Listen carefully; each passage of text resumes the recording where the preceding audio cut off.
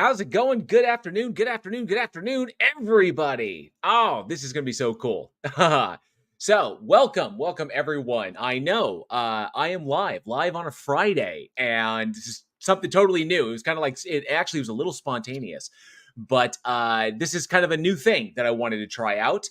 And hopefully, if this kind of pops off, this Friday thing, this Friday hangout thing pops off, then I think this could be a regular thing that I do every Friday.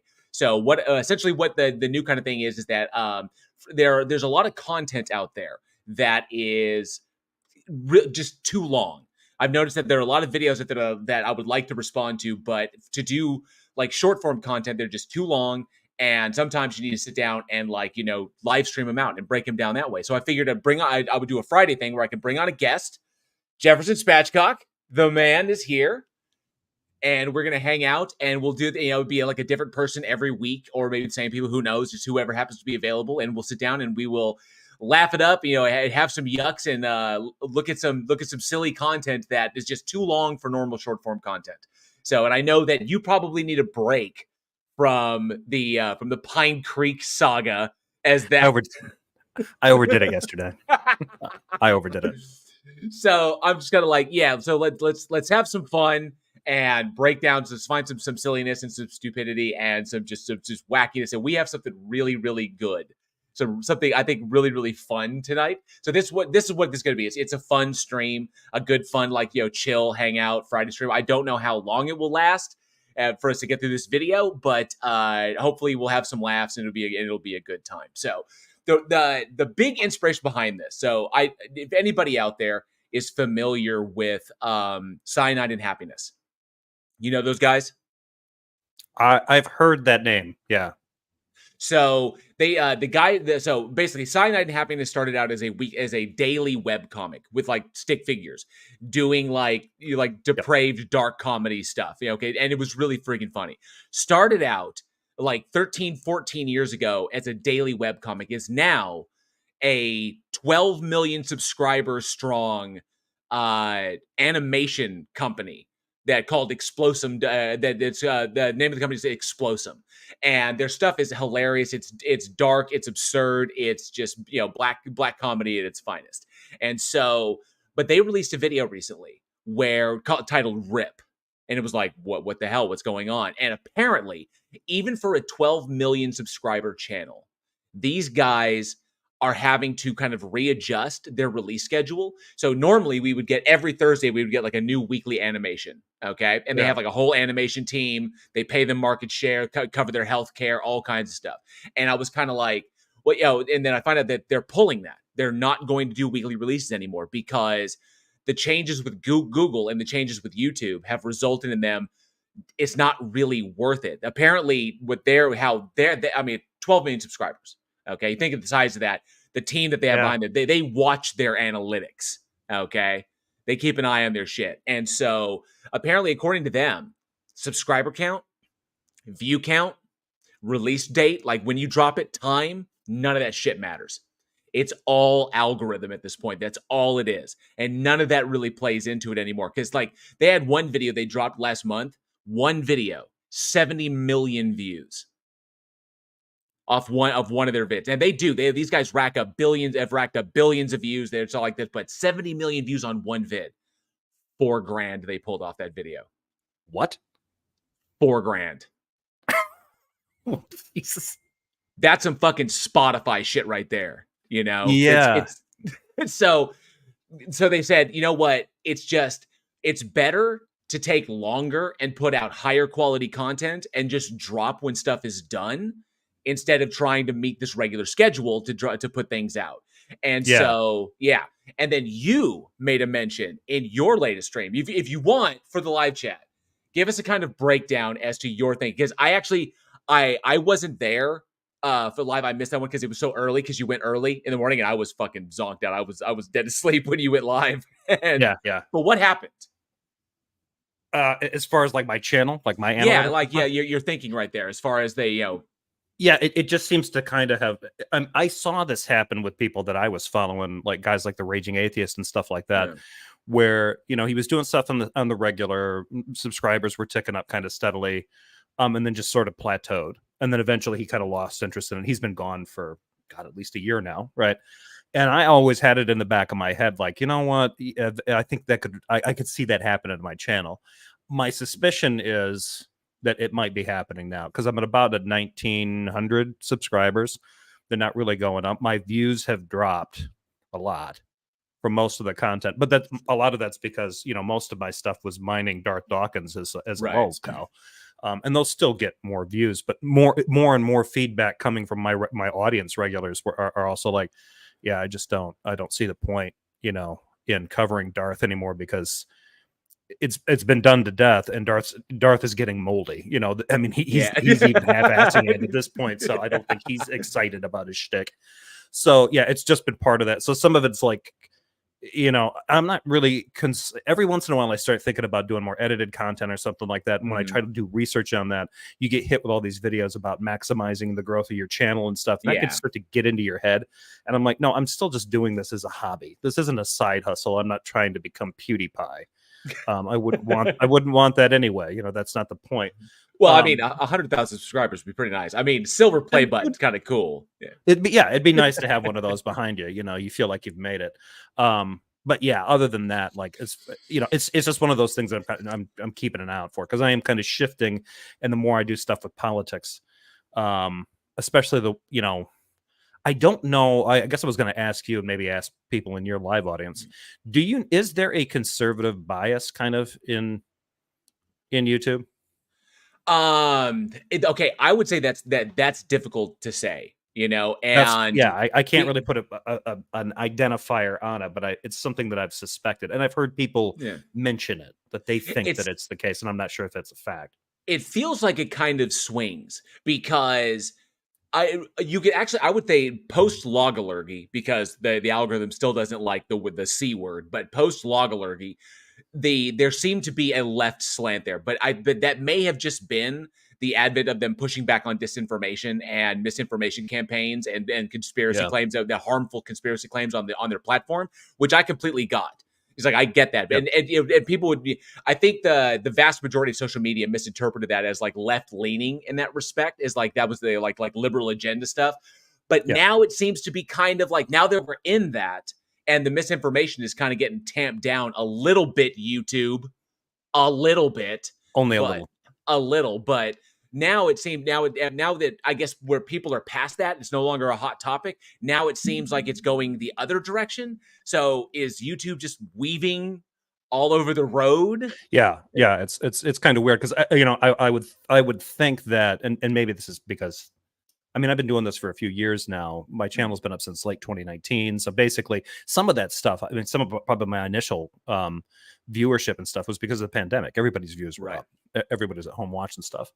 And, you know, it's not like I'm covering anything new. You know, it's just, it's going to be personality based, and people are not going to like me. That's fine. But getting into that kind of commentary stuff, if you're doing like the kind of religion thing, that was super niche. You know, there's a super niche thing to be in, especially if you're doing the kind of thing I'm doing, where I'm specifically going after apologists that traffic in tag arguments. I mean, that's as niche as you can get, and usually trafficking in them in the most obnoxious ways possible. So, I mean, I painted myself into that corner. So trying to break out and like, okay, I'm gonna dance to a different tune now. And there's some people that are like, I liked you better when you just made fun of that old guy from New Jersey. I'm like, I get that. I get it. Yeah, Darth is, I mean, it's my opinion, Darth has gotten so sedentary. It's like, if you came across that rock, you wouldn't be able to tell it was a rock from all the moss that was growing on it.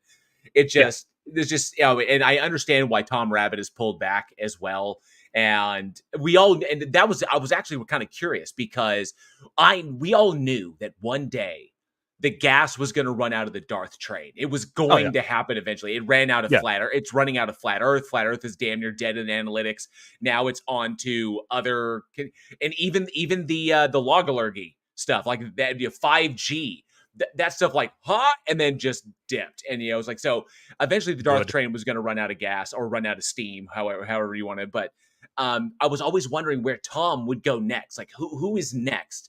Because other apologists, you know, they're either Darth flunkies, or they're just so like, if you got your Matt Slicks and your friggin' just like, so But those Frank guys are done Turek. out. Yeah, they're either so boring or it's the same tired shit as well. Because with Frank Turek, it's always the tag. It's tag over and over and over again. It's what that's his his Yeah. go-to. With and same with William Lane Craig and other people. It's like they got the one thing they hang their hat on, and once you've debunked it 5 or 6 times, even Matt Powell is getting old because he just it's science denialism. That's all it is. Yeah.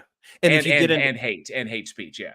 Yeah, and if you get into the ones where I think they're doing better, if you get into somebody like Kip Davis or Dan McClellan, where they're covering that kind of stuff, if you start to get the perspective on sort of where critical biblical scholarship is, it sort of pulls the rug out from under guys like Frank Turek and stuff. Because before, the dopamine hit for me used to come in when it was like it was a challenge to atheism, the way they were performing a lot of the apologetics, because they would kind of present it as if you need to defend your atheism in the context of what I think my Christianity brings to the table, Right, which is yeah. ultimate morality and an explanation for truth and beauty and the existence of an objective moral, blah, blah, blah, blah, blah. They'd go into all that kind of stuff. And so the idea was to kind of put you on the back foot. If you know from critical scholarship that making those assertions as a Christian is flat out bullshit from the jump, if you understand how the Bible's constructed, if you understand the books, if you understand the differences in the genres and the different intentions of the writers, you can't make a claim like that without just resting on dogma. And as soon as you know that, and as soon as you're like, that's just a dogmatic assertion, I don't need to address that. Exactly. That's just you performing Christian identity politics at me, and then asking me to defend, hey, do you have a pantomime that works as well as Christianity does? Like, yeah, if you take my entire worldview, if my entire worldview is true, but you take the God out of it, justify your atheism in the scope of my entire worldview is like, right. All of it is true. It's just there's no God. So how do you? It's like it's not how it works. Ever. And to me, that kind of stuff, like McClellan stuff and Kip Davis and guys that and Dr. Josh and people that kind of point that stuff out if they're having those discussions, or even Derek's channel, Myth Vision. I think that's good for getting people back into that perspective, right? And because if you take that broader view, when somebody like a Frank Turek or a William Lane Craig comes along and tries to make those big grand Christian claims, like, well, this is how everything works and nothing works without it, like, no, then no. The Bible's not an instruction manual for your life, and it's not an instruction manual for the universe. You're just insisting that it is, and that's bullshit. So, right. Yeah. So, yeah, once that's there, you don't really get the dopamine hit. You can just watch these guys. The only ones that really kind of interest me are Greg Locke, when he's jumping around and accusing people of being witches. Apparently that fucker's an apostle now. Like, he has been, like in one of his sermons, publicly declared an apostle. I shit you not, man. He went there. This guy has gone from calling out witches he's gone from witch finder general to a walking around apostle for Christ himself. This guy is. You know what we ought to do? We do one of these things. If StreamYard gets the ability, we get overlays or something like that. We do a hangout when they have the ability, and we declare ourselves apostles of atheism, but we have CG flames over our heads, just like in the Book of Acts, with a little hashtag. Your move, Greg. We gotta send it to him. We got the crowns, baby. What do you got? Blame. It's amazing. All right. Well, we definitely have an excellent video dive into tonight, and it's actually going to require a little preamble before we get into it. So, because some of you may not be familiar with this person, some of you may be, but we will get there. But before we do, I want to make sure that I take a look at who we got in the live chat before it gets too big. I know we got some star chats there. Really quick, I'm going to run through this fast. Ollie Man, good to see you. All the way from Canada, good to see you, bud. Glad you're here. Turtle Moves as well with all of the alternative energy-powered internet. Thank you so much. I need all the power that I can get. That's such an old inside joke, but I love it. And you notice the animated background? I do. StreamYard has video backgrounds now, so we can do cool stuff. So that opens up like what videos could we put up there? We could have Greg dancing around the stage in the background. I freaking love it. Constant move, dropping his mic and dancing around. You have that, and then you have like a old clip of like a train bursting into flames or like an auto accident, Oh, fucking love it. Let's see who else. Raven Darkstar's here. Good to see you, Raven. Marcus Dresden as well. Good to see you. And yes, religion sucks. It absolutely does. Second best Bob. Good to see you as well. Yahooligan. Thanks so much for being here tonight. Left-handed Jedi. Good to see you. Doctor Who Design is in the house. Good to see you. Rasheen. Good to see you as well. Seeking Truth all the way from Germany. Guten Abend. Hope you're doing well. Thank you so much for being here tonight. Dib has lurk mode engaged. Always proud to have a stalker in the bushes. Do appreciate that, Dib. Daniel Cooper says got this notification, but didn't get the last one. Fact, YouTube. Yeah, YouTube needs to get their notification shit together. They really do. They do. It's broken.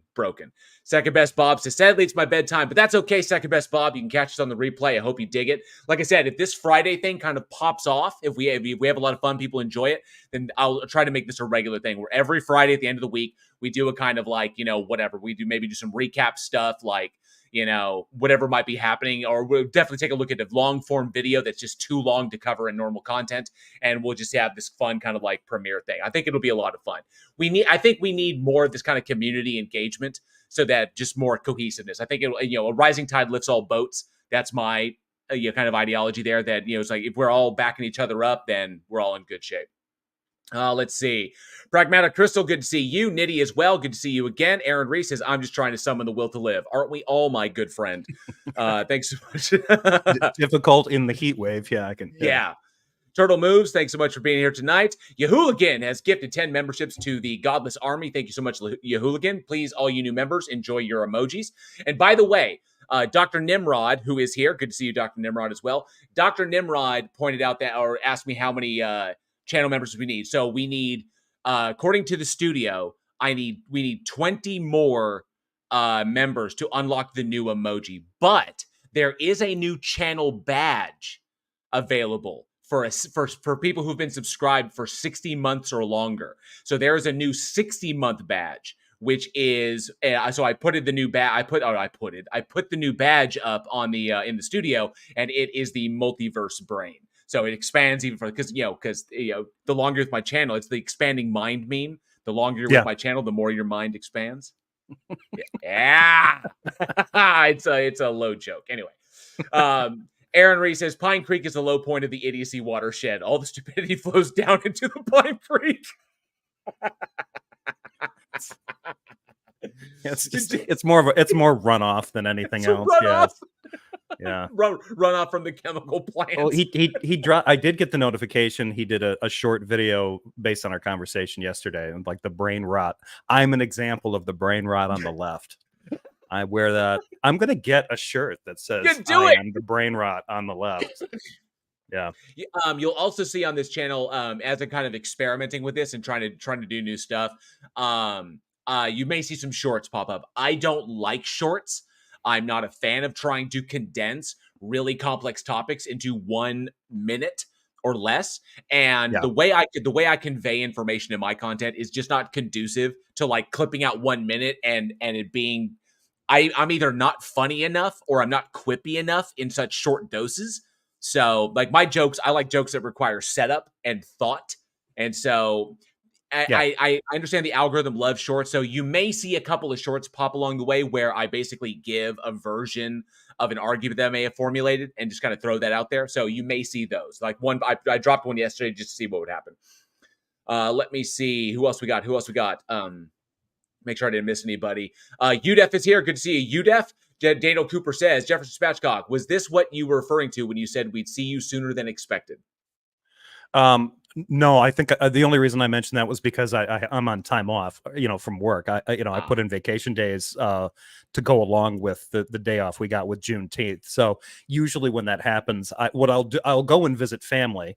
And then I'll stay there for a while, and then I'll realize that maybe I get a little bored or restless. I'll come back to my place, and then I end up jumping online and doing a show. So yeah, the impromptu shows that I did yesterday, although I'm probably not going to do my Saturday show tomorrow. I'm thinking about rescheduling those to do those on Sunday afternoons. Cool. because it seems Awesome. like there's a little bit of a dead zone. I think R&R usually goes live, sometimes goes live early afternoon. I'm thinking maybe around 2 or 3 o'clock. That kind of like there's kind of a dead zone right there, and I'm not competing with R&R's morning content and Right. Breeze stuff, which is at 10:30 in the morning, which was kind of when I was going to go. But I think we end up competing for viewers, and I don't like putting her We need content in that position. She's been in that slot for a while. we need to come together and have like a full like on community schedule as to when people are, so that way our audience members can just be like one channel, next channel, next channel, next channel, so the content never stops. It's like fucking like cable TV, where it's just like one thing after the next, you know. Yeah, we basically form like a little a cable news network. Yeah. Like, all right, who's getting the 8 p.m. slot? And like Aaron's getting the 8 p.m. slot. Oh, I Jefferson goes on at 3 a.m. You got the dead slot. It's just me hunched over an ashtray. I've taken up smoking again. Like these conservatives. You got all dim in the back. You got that husky voice, kind of like, Have you ever thought that everything's coming to an end?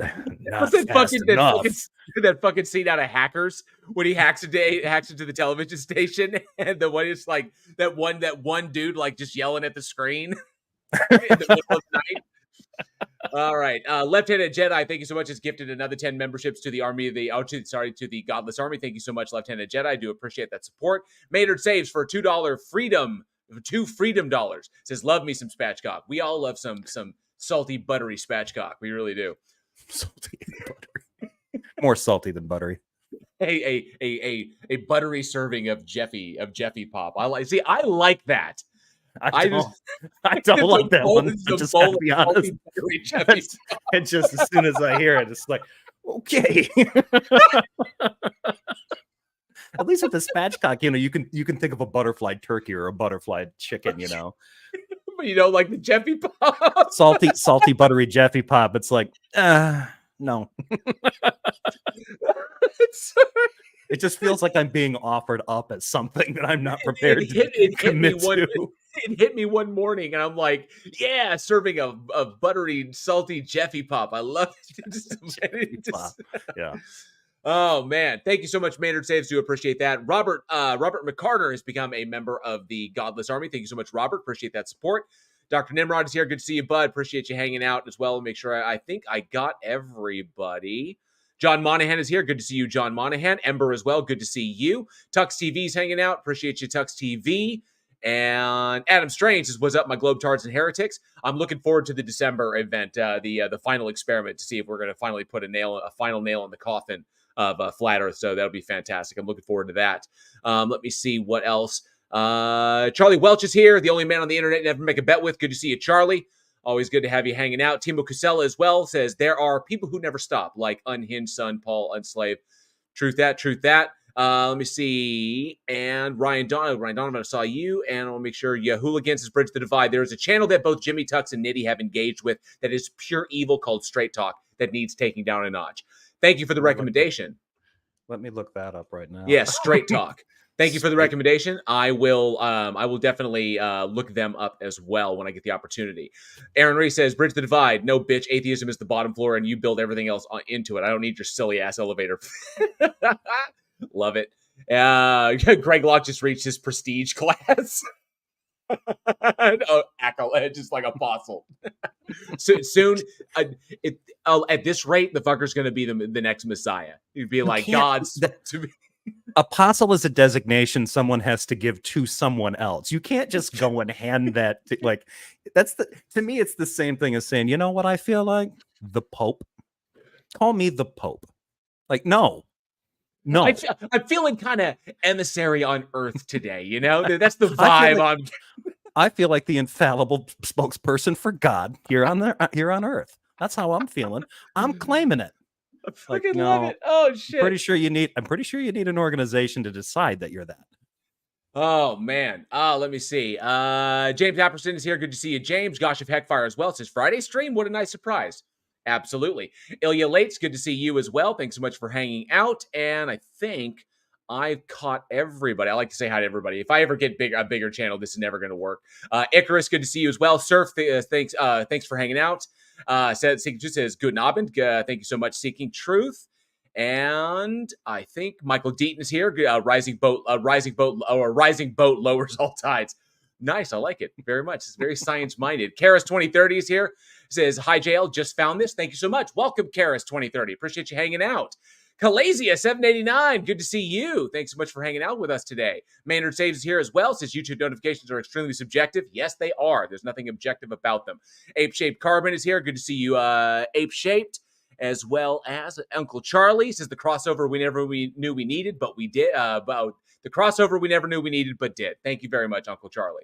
I do like hanging out with Jeff, with my Jeffy Pop over here. It's good. It's good times.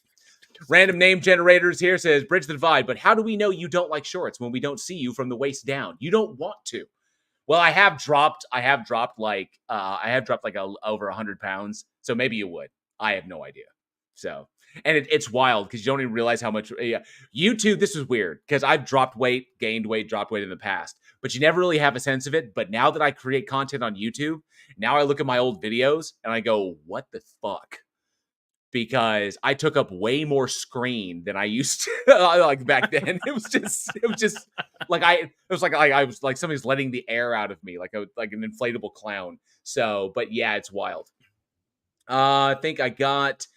Daniel Cooper's been a member of the Godless Army for 2 months. Thank you so much, Daniel. And How to Rule an Asteroid is here. Says, hey, folks, good to see you. How to Rule an Asteroid. And I think I got everyone. I'm almost at the bottom. Yeah, I got everybody. Haha. JL is thinner. Yes, I am. I did run into an old gypsy man, and he did touch me on the cheek. But I don't think that has anything to do with it. That and tapeworms, people just do not go to those first. Gypsy curses and tapeworms work. Skip that keto shit. Let me see. Daniel Cooper's Bridge Divide. So you're saying there's a southern beard? Yes. Yes, I am. Yes, I am. Absolutely.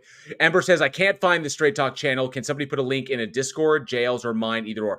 Yeah, you can message me on Discord via the Week in Horror server or, message either one of us. But yeah, definitely look forward to check that out. God equals the square root of -1. Good to see you. God equals. Appreciate you hanging out. And I think I got everybody. Daniel Cooper says, we both know the Flurfs will just move the goalpost after the final experiment. Most likely they will. Most likely. Oh, and Colorado Biker. Good to see you. Are they doing the final experiment, the Flurfers? So from what I understand, there's a couple that are going. And I think there's there's either one or two, but I know at least one Glober is going and one Flurf is going.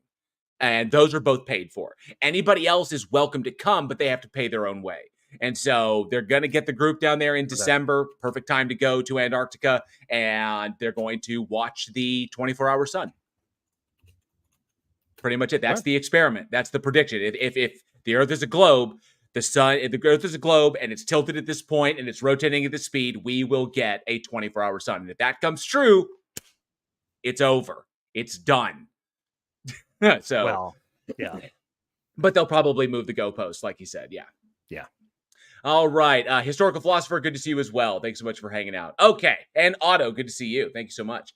Let me see here. All right. So the first thing I kind of wanted to get you before we dive into this, like I said, I don't know how long this will last, but there's always interesting things. The first big thing that kind of popped up, and I wanted to throw this at you, Jefferson, to get your take on it, because it crosses lines into politics. And I know you dig on politics, and I think you'll have an opinion on this. But obviously, the big news is Louisiana just passed legislation to have the 10 Commandments put in every single classroom.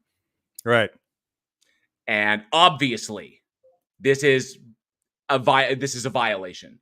So what do you think is going to happen? And I have my own ideas, but what do you think? What's your take? Some of it's, yeah. I mean, it's going to depend on what court it ends up in. I mean, I think that they know it's going to get challenged just on basic constitutional grounds because it clearly violates the First Amendment. Yeah.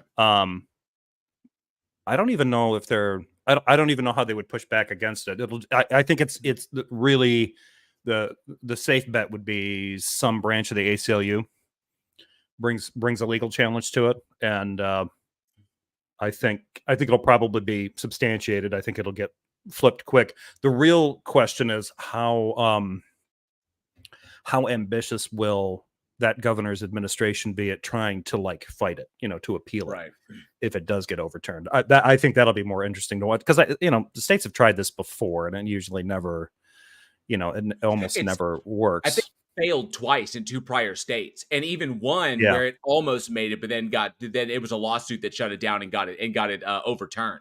So it's got the minute. I mean, it's already passed. Already, the lawsuit's being filed. So it's going to get yeah, filed, and I it's wild, but that's right. Ultimately, I think it's kind of like a big thing. Louisiana did this thing, but ultimately, I think that while it's kind of shocking because it seems like I don't want to just call out the right on this because this is Christian nationalism, but predominantly it's pushed by the yeah, right. Yeah, I mean, it's hard not.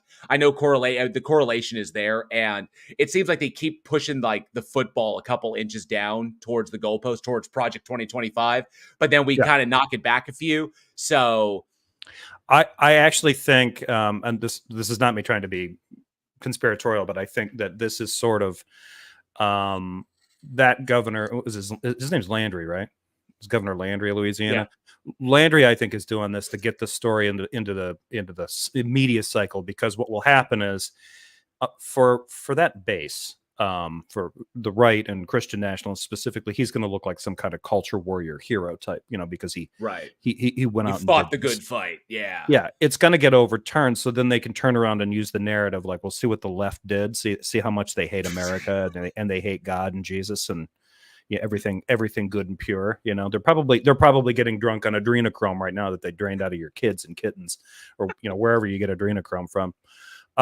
So yeah, I think that's the whole point. Is just to turn it into a narrative right around election time. So it's a way to keep that like that both sides fighting against each other. Like you need to understand what we're really up against. yeah. It's these globalists. Fucking Hunter S. Thompson. We got to thank. I mean, too bad he's gone. He's shot into space. But the whole adrenochrome thing is just like, come on, dude. It's like really. But yeah, I mean, thank you, Hunter S. Thompson, and your Gonzo journalism wherever you are now. So we do appreciate that.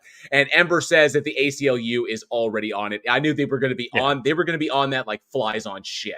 So there was, yeah, I mean, I think that while it was kind of like, ooh, like it got everybody's attention, it's going to get slapped down just like it got slapped. Hell, I mean, they tried to pass the same thing in Oklahoma, and Oklahoma is far more red than Louisiana is. Like we're talking deep, low oxygenated red. yeah, yeah. And these cats, and this shit didn't even make it through. So yeah, it's going to get I slapped think down. So. yeah, I think even like Oklahoma, like I remember 2008 when it was Obama versus McCain. I think Oklahoma was the only state where every county, every district was red. Yeah, Every one of them. Now, you didn't even have like one small one where there was a college town that was blue. No, I was like, I think that was the only state in that election that was like that. I was like, holy shit! You almost, I mean, I think even in Alabama, you didn't have that. It was yeah. incredible. I mean, there's a reason why, assholes like Ryan Walters, who is the superintendent of the Department of Education, why he's able to get like PragerU kids into Oklahoma schools, like to Oklahoma Oof. grade schools. It's shit like that. How the million what was it the libs of TikTok, the chick that runs that, like, Oh yeah, and yeah, all yeah, like yeah. Ryan Walters tapped her to like be one of his leading people and shit. So it's insane, dude. It's like, but even then, still cooler heads do prevail, and Yeah. some of them, and I mean, I don't know, I Oklahoma's got its problems, but I can't I'm fuck, I'm not an I advocate. can't get mad at I can't get mad at the property tax rates. I really can't, because nobody I, wants to fucking live here. exactly. Well, the thing, I'm not an advocate for homeschooling. In fact, usually against it. Like if somebody's like, "Hey, I'm thinking about homeschooling my kids," it's usually like, "Yeah, probably don't do that." Make sure that your kids have as many resources as they can get. You know what some really good resources are? Educated people that are teachers. I mean, even if they've got some bad ones, that's better than just you and the internet connection. Don't do that. But when I hear about PragerU for kids being in public schools, like homeschool your kids, you know what? Don't even do that. Put them in a cave and let them raise themselves like Nell from Just the stress, movie just Nell. They'll be fine. Compared, don't let Prager teach just them just shit. just chain him to a rock and have him stare at the shadows on the wall. They will get far better information in that respect. They won't come away thinking that the Confederacy was good for black people, because that's Exactly. literally what they freaking teach you, what they're trying to teach kids. That the Yeah. Confederacy was that like the whole Confederate, the South ideology, and that like And antebellum slavery. it's important Yeah, heritage. it's It's a yeah. important I to was our like, American this is heritage. Like, this is the thing that we should hold on to. Is like, well, I get the, those who forget the past are doomed to repeat it, but it's supposed to be remember so you don't do it again. You yeah, freaking more. yeah. The whole point of being, yeah, like, oh yeah, I remember when all those traders wanted to either force the country to become an ethno state, or just leave the country and become their own isolated ethno state, because they were afraid of doing anything, because it is really cool, when all you have to do is just sit in the plantation and then the labor gets done for you. Because Um, I hate having to pay for my own labor. I really do. oh, pay them wages. Well, the fact that they would be like, well, you know what, slavery, I mean, paying them wages, isn't that just another form of slavery? I mean, Just wage. there were people who were like anti-wage slavery, using that as, like, if you think about it, it's all bad. So It's just all bad. It's just all yeah. bad. Oh man, yeah, crazy. It's absolutely crazy. But that's kind of a big thing that came down the pipeline. Interesting stuff. But definitely let us know down in the comments below your thoughts on it. Is this kind of one of those things that'll just like get blown over? It's going to get knocked over once the lawsuits hit. I'm kind of curious about it, but let us know your thoughts. I'm just the discussion on that I think is an important one to have, so that we're, as a community, we're more aware of it. That whole kind of thing. Plus, I get most of my information from him at Meta, from his newsletter, which is because it's like a daily thing. I get kind of updates on that, which is kind of cool. Westside Girl Reacts has been a member for 5 months, a member of the Godless Number for 5 months. Thank you so much, Westside Girl. I do appreciate that. So, without further ado, now that I've caught up with everybody, and I see Clive Wells has jumped in. Good to see you, Clive. Thanks so much for being here, bud. And I think I didn't miss anybody else. Awesome. All right. So we got someone we want to dive into tonight. So I came across this video, and I've been excited about this. Now, I think it was like a week ago or so, or maybe almost a week ago. I introduced Jefferson to a content creator named Gothics. Thanks for that. You're very, very welcome. It's my pleasure, because you seemed like you were getting kind of burned on the Pine Creek. It's just so like gross rolling down in that kind of like toxic creek. For a bit. It's the weird thing is that it used to be like less. I thought it was less toxic, and now the more layers get peeled back, I'm like, this guy is not good. This onion just gets worse the further you get. I have to remind myself that one of his videos got removed by YouTube. It was a short that he made because he believed he was making fun of a woman who was talking about critical race theory. And Doug believes that critical race theory is a money-making grift. And I thought about it today. I'm like, I always forget about that. Like, yeah, he's a lot worse than I thought. Like, that is a batshit crazy position to take. Like, yeah, all those people that have gotten wealthy off critical race theory and the bodies in the basement that CRT generates. Like, what the fuck do you think it is? It's a legal theory, kind of a wonky one too. It's all part of the Marxist Bolshevik. It's like that asshole, like part of 2025 is to basically overthrow the Department of Education to reshape it, because there are cats out there that are pushing this idea that the DOE is just a front to push critical race theory. That's all it is. It's just a CRT device, and they want to dismantle the whole DOE. And it's like, and replace it with what? And the whole thing is like, all CRT is about making white kids feel bad about their whiteness. Like, that is not what CRT not at is all. At all. It's not even close. Like, get a library card, go to your you can get that book from the library. It's all you have to do is ask him. Is like the CRT is bad. Blah blah. Okay, can you tell me what critical race theory is? Can you break it down really simple for Yeah, me? even a small, Well, like even a yeah, yeah. Uh, uh, well, Oh, it's about making white people hate themselves. No, it's not. It really isn't. I've got So, I've this will probably get clipped out if Doug watches this. I've got the copy of the book right behind me, Critical Race Theory, forward by like it's Kimberly Crenshaw's writings and a lot of other people in there. Yeah, and it is not about white kids feeling bad about being white. nope. Dr. Nimrod, thank you so much for $5.99. I do appreciate that. Says Jail and Jeff are brilliant. Thank you so much, Dr. Nimrod. I do appreciate that support. Thank you, Doctor. All right. So, Gothics. Now, for those who are not now, I don't know how many of you out there of the 68 people that are in the live chat right now. I don't know how many out there. Wait. Raven Darks is Raven Darks are also sorry. Raven, I did see that. Raven made a comment about this and I totally missed it. It says, Bridge, I'm going to get a bunch of us together to rent a one-way ticket to Canada if the orange one wins. You want in? I don't know why you put an LOL there because that's a fucking viable option if Canada will accept me. Yeah.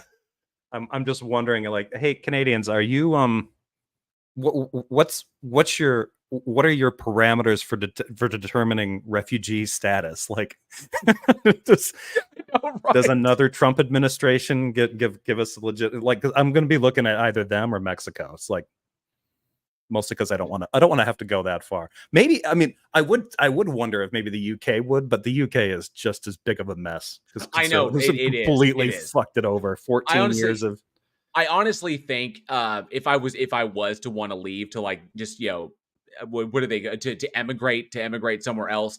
I honestly think it would either be Australia or Ireland. It'd be one of the two. I'd either want to go to Australia or Ireland. I'm leaning towards Ireland, just because heritage wise like this. But Australia, beautiful country, both beautiful countries, and pretty much for better or worse seem to have their shit on lock. What is it about islands? Islands seem to be able to figure their shit out.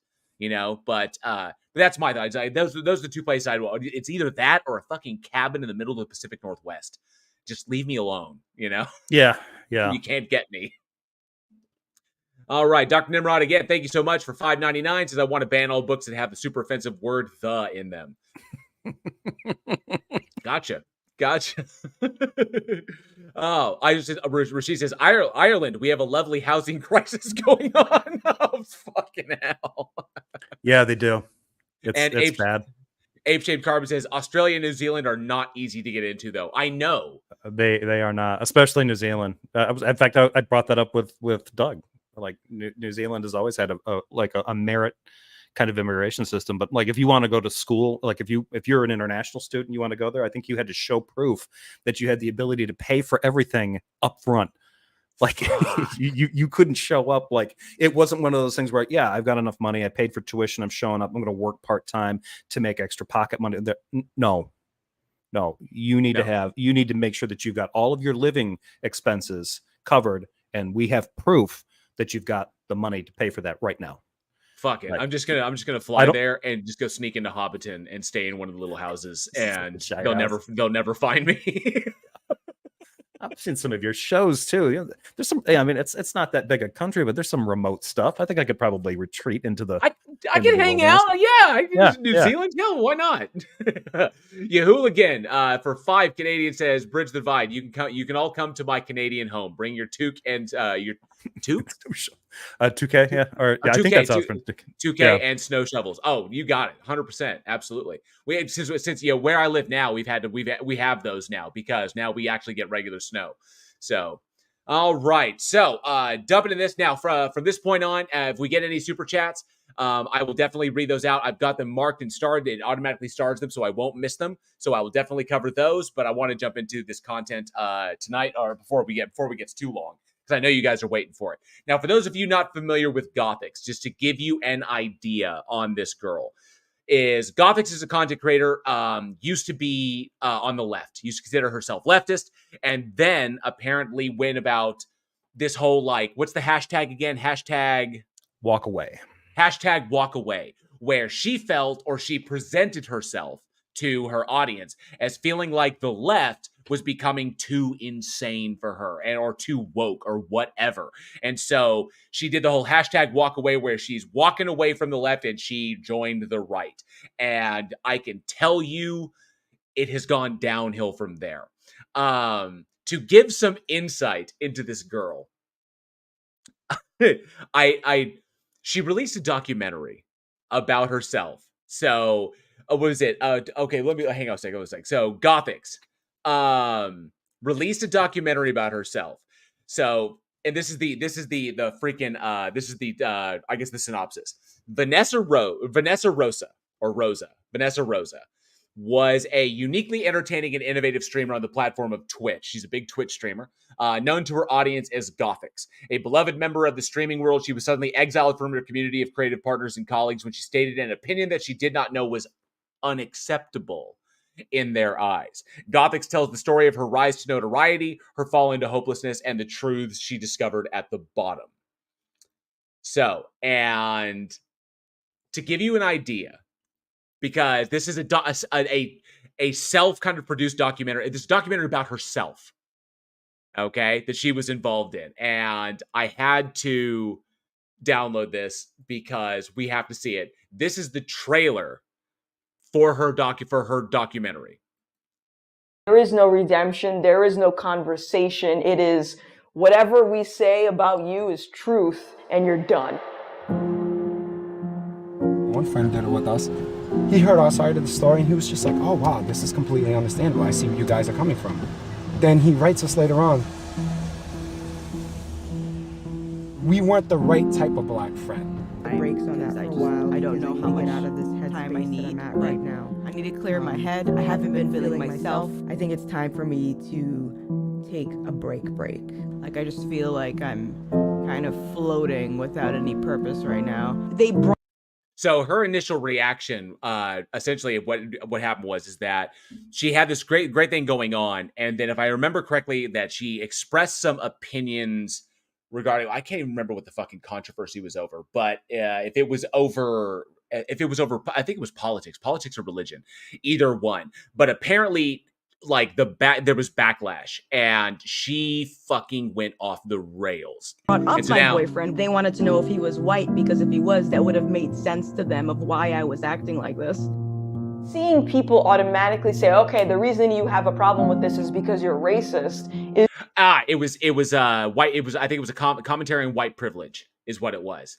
Is that she was just commenting against, and I guess a lot of her viewers were white or whatever like that, but there was a lot of backlash on that. And now here she is. I love this little setup here. As a filmmaker, I appreciate this because it's literally like her in this by this little the 3-panel window setup in the little nook, sitting on a fucking an issue for me. I said we need to sitting on a cardboard box, which is like her soapbox. I'm doing this. I'm talking in a sitting on a cardboard box like.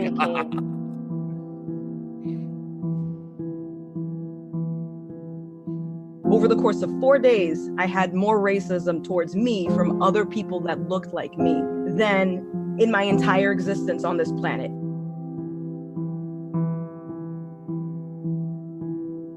It should have been a violin. What's the next I would have put step strings once they realize I can't, attack someone on social media and make them disappear. So what are we going to do now? That's good. That's good. And all I could think of was like, have you been on the internet? Do you know the internet? It's like, it's the internet. She started on Twitch of all places, and then all of a sudden she's like, yeah, I started getting this backlash for making for making a kind of asinine political commentary, and people are like, what the fuck is wrong with you?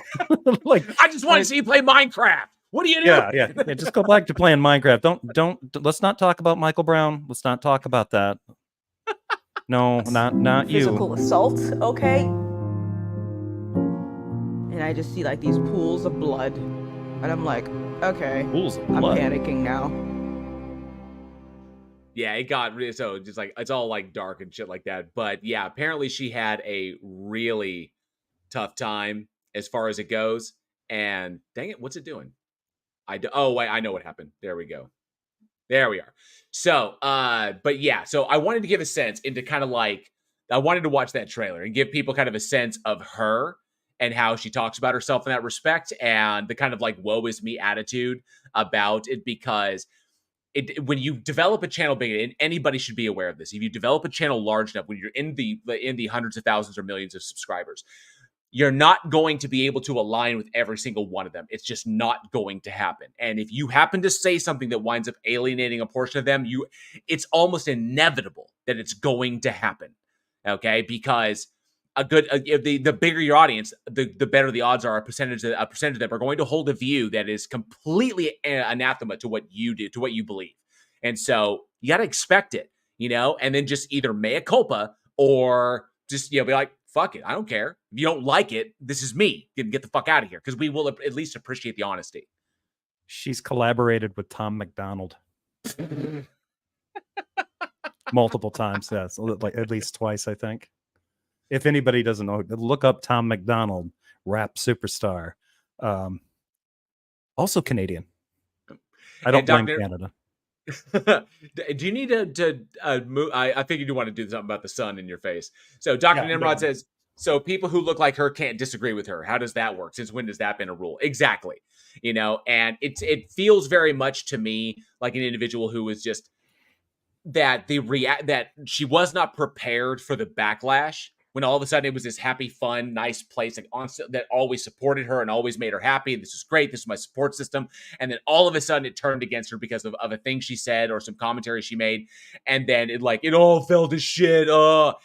While not recognizing that the vast majority of her audience still supported her, but they don't need to comment on it. Just move on from it. Just be an adult and move on from it. But the backlash pushed her so hard that she #walked away, and she has gone full dive. And so if you check out any of her content, and I pointed you at it, what is your sense of Gothic's content in just like one sentence from what you saw, from what I introduced you to? Ignorant copium. Agreed. I would agree. 2 words. Yeah. It's sort of like the Tom McDonald thing, where they try to leverage this idea that they're in the middle somewhere, but they're not. I had a political science professor who's actually very conservative, older dude. Actually ran a couple of Republican campaigns in his younger years here in the state. But he gave this thing. He's like, he told the class, it was like a political science 101 course I took, and he's like, you are either conservative or liberal. You're probably right wing or left wing. If you say that you're a centrist, you're probably just ignorant. And one kid got really upset. I thought it was great. I was like, damn, what's he talking about? And this one kid raises his hand. He's like, that doesn't make any sense. He's like, look, there's certain things you get into in political philosophy where you kind of have to pick a side. And a lot of people that try to do this kind of stuff where they're on both sides of it probably don't know what they're talking about or really haven't considered both angles. They're just undecided. And I feel like somebody like Tom McDonald and even her, they'll be like, I don't like communism. If you ask them what communism is, they couldn't define it outside of like the usual right-wing talking points that have made it a boogeyman. We ran the same thing. I run into the same thing with Marxism all the time. People like this anti-Marxist attitude, like, okay, can you break down what Karl Marx was talking about? Like, don't just think like, oh, Karl Marx, the Communist Manifesto. Oh, he's bad. No. Have you actually read his work? And not to mention, not just like the big talking ones, like his historical works where he's talking about other countries. Have you read that stuff? It's like, well, no. It's like, yeah. Or they'll try to compare, like, if somebody in the political left or a liberal wants something like stricter gun laws, they'll say, well, that's Marxism. And it's like, Marx was in favor of people owning weapons. It's not Marxism. He didn't. That wasn't a position that he held. Knock it off. Get your library card. Go to if you've got the funds, you're a responsible person. Kindle that shit. Kindle that shit. That's a t-shirt. Kindle that shit. Yeah. Buy that book. It's cheap. You can have it on your phone. You can read that shit. And her stuff, like it reminds me quite a bit of like of people that I knew kind of growing up in my hometown. They would have she has strong reactions to things going on, but she's not well informed. Gotcha.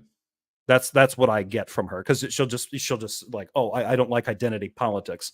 I hate cancel culture. Like, you don't like identity politics, but you're talking about race all the time. You're talking about your role, how you're treated as a female gamer, as a Black woman gamer in that kind of space. I don't know, you can say that you dislike identity politics all day long, And but and then identity when politics are here.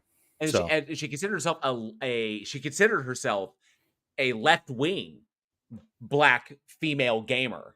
yeah, That's but she was Black, so I mean it's often associated with the left as well. But then now she is a conservative Black female gamer, and so she went even harder into that side, because it's kind of like conservative atheists. They're not common, but they do exist. yeah. And so just like Pine Creek, and I know a few others, a few others as well, but she went even harder into something that's even more radical as far as what it's presenting to the world and its identity as well. So, Well, and she talks about her faith too. She's a Christian, and it's like, I don't and a know if Christian she's as well, yeah. I don't know if she's been paying attention, but the group in the United States that is the most vocal about identity politics are evangelical Christians. Right. The more conservative, the more strident they are, and really pumping up that identity politics stuff. So yeah. Let's see. Maya Atkinson, good to see you. Maya says, "Is Jeff starting a merch store? We're definitely coming up with ideas for him. I love the Kindle that shit. I like that. Kindle that shit. Yeah. Well, I mean, some of these conservatives do hate libraries, right? So like, right. Dr. Legend, good to see you. Thanks so much for hanging out tonight. Oh, yes, and Uncle Charlie would like to tell you, Jeffers, you really need to frame yourself better with your cam. Bit Muppet-like. Bit Muppet-like? Yeah, because you're right there below the deck where the hand can be like this. So, well, yeah, exactly. I'm not going to reveal my trade secrets. You're going to see that arm. And the wires pushing your hands up and everything. I'm a puppet. I'm being controlled by a left wing monster. Yeah, he's up my back right now. 60-second skeptic, good to see you as well. Thanks so much for being here. I think 60-second skeptic. I think I had something there. Maybe she can. Oh yes, maybe she can rap with Ben Shapiro at some point. That shit. Wet ass P word. Wet ass P word. Fire. So the whole point of this is to give an idea as to like who Gothix is. If you're not familiar with her, I know many of you probably are, but here's the piece de resistance. Gothix dropped a video about atheism. Specifically, the title of this video was "Consistent Atheism The Dangers of Atheism. Objective morality can't exist without God." That was the title of the video. So, the dangers of atheism, objective morality can't exist without God. And there was another video that she released. It was a short deal. It says, "Consistent atheism leads to nihilism," which is just also bullshit. But she dropped the atheist video, and it was up for I think about almost a week before she yanked it, because the backlash was insane. Now, but what I saw, I haven't found any commentator, anyone who has covered this video.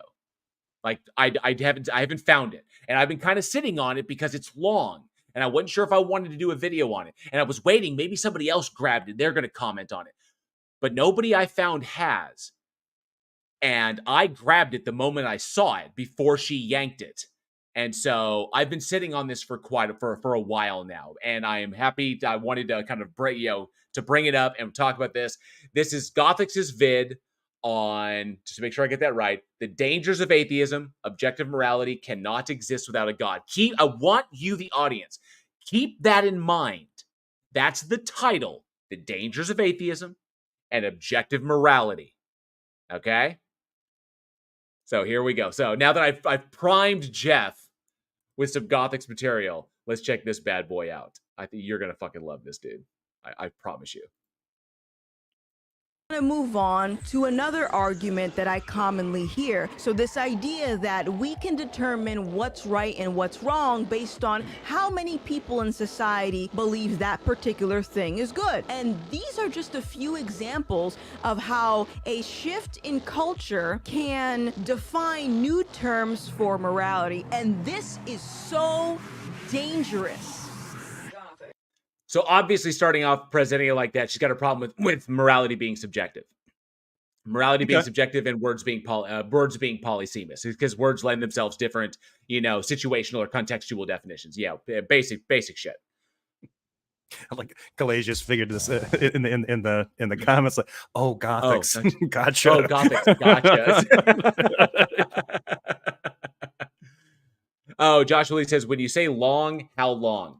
It depends upon our commentary, but Gothics' video is 20 minutes. So depending upon commentary, how much we laugh, but we'll see. We'll have to find out. So, do you hate child abuse? What about gang violence? Do you hate that? No, maybe love it. Love it. Can't get enough of it. Can't get enough. I frequently go to the bad sides of town and try to get jumped in. I love taking a beating. Yeah. In fact, I prefer my children abused before I eat them. So it really brings out the adrenochrome, don't you know? The stress, when I bite into it, it's kind of, it has that kind of that acidic taste, and it makes me really feel my hatred. I can taste it. It's tangy. It turns out it goes great with little stubs. Do you hate child abuse? I've never really thought about it. I guess I don't have an opinion. Goodness. You hate school shootings. Perhaps you hate murder in general, taking an innocent life. What about that? What about child mutilation? Do you hate the sexualization of children? Or maybe you hate sex trafficking. I don't know if you know who Anthony Jeselnik is, comedian, but I just feel like everything that she's mentioning here is usually in his punchlines for his jokes. Like, his stuff is dark, but the more I keep thinking about, like, do you hate child abuse? And I'm just seeing Anthony Jeselnik's sarcastic face, like, no, on the contrary, love it. Like, do you hate murder? Like, no. I was almost kicking off like something you'd catch like on late night television, like one of those infomercials. She pops up. Do you hate child abuse? Do you hate murder? It's like, and I'm sitting there in my beanbag chair going, well, yeah, I do. I don't like those things. Yeah. Ice cream spoon halfway up to, know what? No one's ever asked me if I like those things or not. No, I'm confused. Is she talking to me? Are you talking at me? Hey, Bob Nadell's Gyroscope. Good to see you. Oh, Kalasia789 says conservatives don't seem to be too bothered by school shootings. John Stewart had some things to say about that. That was pretty good. Yeah. In general, do you hate communism? If you answered the buzzword. Do you hate all these disgusting things? Do you also hate food trucks? Like, what in the hell? You just smuggled in one of your little pet peeves, and like these obvious like does genocide make you sad? Does child abuse make you angry? How about bookmobiles? Like, what the fuck are like, I just hate those too. I hate those as much as I hate murder. As much as I hate murder. And the George said is here. Good to see you, buds. Jail, did anyone compliment your beard today? If not, it's gorgeous. Thank you so much. Thank you very, very much. I appreciate that. My beard thanks you too. You do have the full Gandalf kind of going on now. Actually, it's getting there. Yeah. And when I'm kind of like that, it's kind of like I get the, I'm enjoying. I'm liking it. I just need a pipe. I need a pipe to kind of go along with it. Can you get the long, skinny one like he had? I got to try and find one. I really do. Yeah. I got to try and find one. Yes to any of these questions, and I could keep going, but if you please don't. But yes, I would say that yes, we subjectively we will answer yes to those, except for the communism thing, because I don't think she really understands what communism is in toto and why communism fails. Okay, because there's the ideology, and then there's the people that implement the ideology, and these are not, usually they don't have the same goals in mind. It's the same reason why trickle down economics fails, is because trickle down economics would have worked in theory. It would have, if the people at the top are willing to let their money go, but they don't want Exactly. to, and there's Yeah, they no don't. incentive for them to do it. So Answered yes, then you should also hate atheism. What? she's so fucking smug. This is okay. I like how she's very certain of this, but I'm not really. Certitude maximum. Calasia. Here we go. Yeah. Now, let me make myself very clear. I didn't say sweetheart. you should hate atheists. What I said is you should hate atheism. Why? So, is this like a love, like a hate the sin, but not the sinner kind of thing? It must be. Yeah. I found the pipe. Oh, how much is it? Is it really expensive? That one's 50, but let me I'll show you this one. This one is it's actually called a church warden pipe. That's just the style that he had. Okay. So there's one that's not branded. The second link is although it does say Shire pipe on it. So Shire pipe. Okay. That's actually the name of the company that makes them. So I don't think it's Ember says hate is far too strong an emotion to waste on someone you don't love. Good point. Yeah. All right. Oh, let me see. Cool. You gave me the links. Awesome. All right. Important. As most of you know, I used to be a Democrat. I used to support political candidates based on my feelings, based on my skin color, based on what the social consensus was of the group that I surrounded myself with. So you were terrible at doing your civic duty because she's kind of she's just admitting to him like, oh yeah, I didn't really pay attention to it. I based all of my political decisions on superficial concerns. It's like, so their agendas and the points that they were running on, you didn't care about any of that shit. It's kind of like, okay, great. Now we kind of understand that. So I did it based entirely on feelings. Like, okay, but now you know better. And because the right has a monopoly on facts, you just have to vote for the conservative ones because they know facts matter more than feelings, even though it's vibes all the time with their candidates. Come on. Walked away from the left back in 2020, and although I started to really resonate with a lot of the opinions of people that had more of a right-leaning perspective, essentially I got red-pilled. If you don't know, that's the okay. Red pill means something that I don't know that she's entirely committed to. Like, like red pilled as in like the differences between men and women, like men bring home the bacon and women stay barefoot and pregnant and cooking in the kitchen, like that kind of red pilled, or like race realist red pilled. Like, what is she talking about? I think she's leaning into the whole like red blue, the conservative Democrat, conservative liberal ideology, and then she got red pilled into the conservative ideology. That's what she's referring to. I always think it's kind of weird because that's like, that actually had something. It had kind of a definitive meaning. Now it's become more nebulous. And so when I see people like this, I guess I'm getting red pilled. And it's like, are you saying that like your eyes are now open? Like red pilled is just woke for conservatives, apparently. If somebody wants to clip that image of Gothics right there, because Icarus said keep that frame. So if somebody wants to clip that and message it to me, because I can't really do it from my screen because there's shit on the screen that will mess it up. So if you want to grab that, go for it. Foxy Raccoon, good to see you. Thanks so much for being here tonight, as well as Skeptic Dank, good to see you. Says Christ is Queen. Happy Pride. Thank you so much. My Atticus says I used to be a Democrat, so I know all about them because everyone knows they're all the same. Right. Official term. I got red pilled.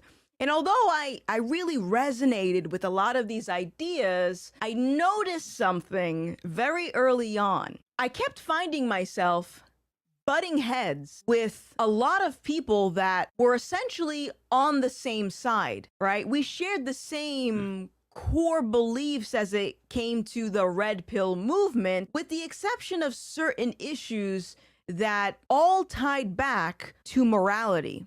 So hang on a sec. So you were left. So she was left, and then she hashtag walked away because she found out that that people on the left don't all share the same freaking ideology or same freaking ideas or ideologies or opinions on shit. And she got backlash from that. So she went red, and then she finds the same fucking thing.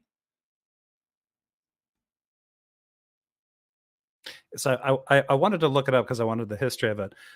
In the common parlance, red pill means believing concepts like male oppression and female hypergamy.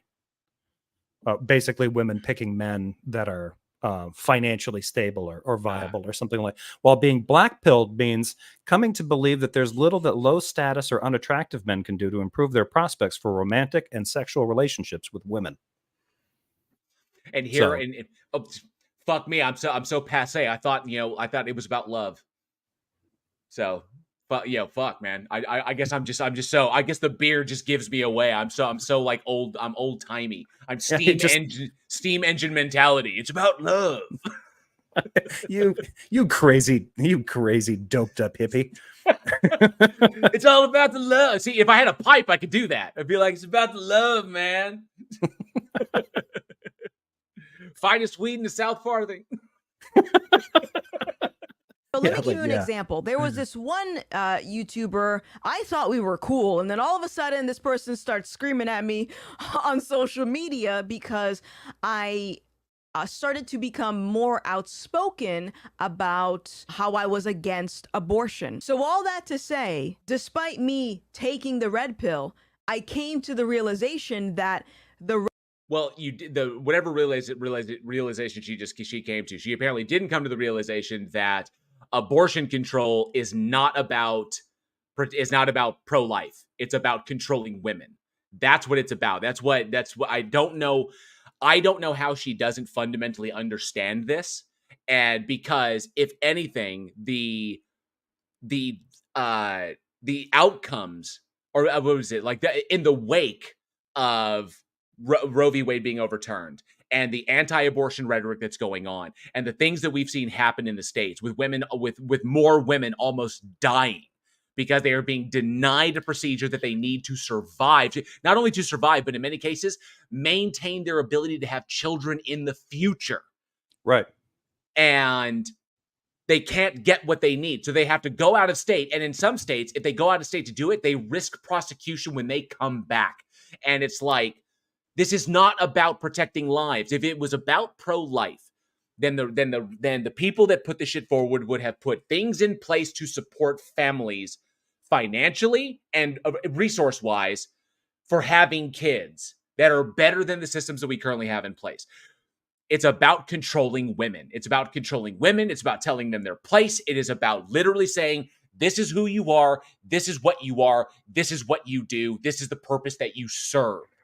And they fulfill that too. I mean, they really reveal that, because oftentimes what will happen, if you see the debates about this, I've commented on this before, it used to be that some of these activists would go out of their way to make the distinction.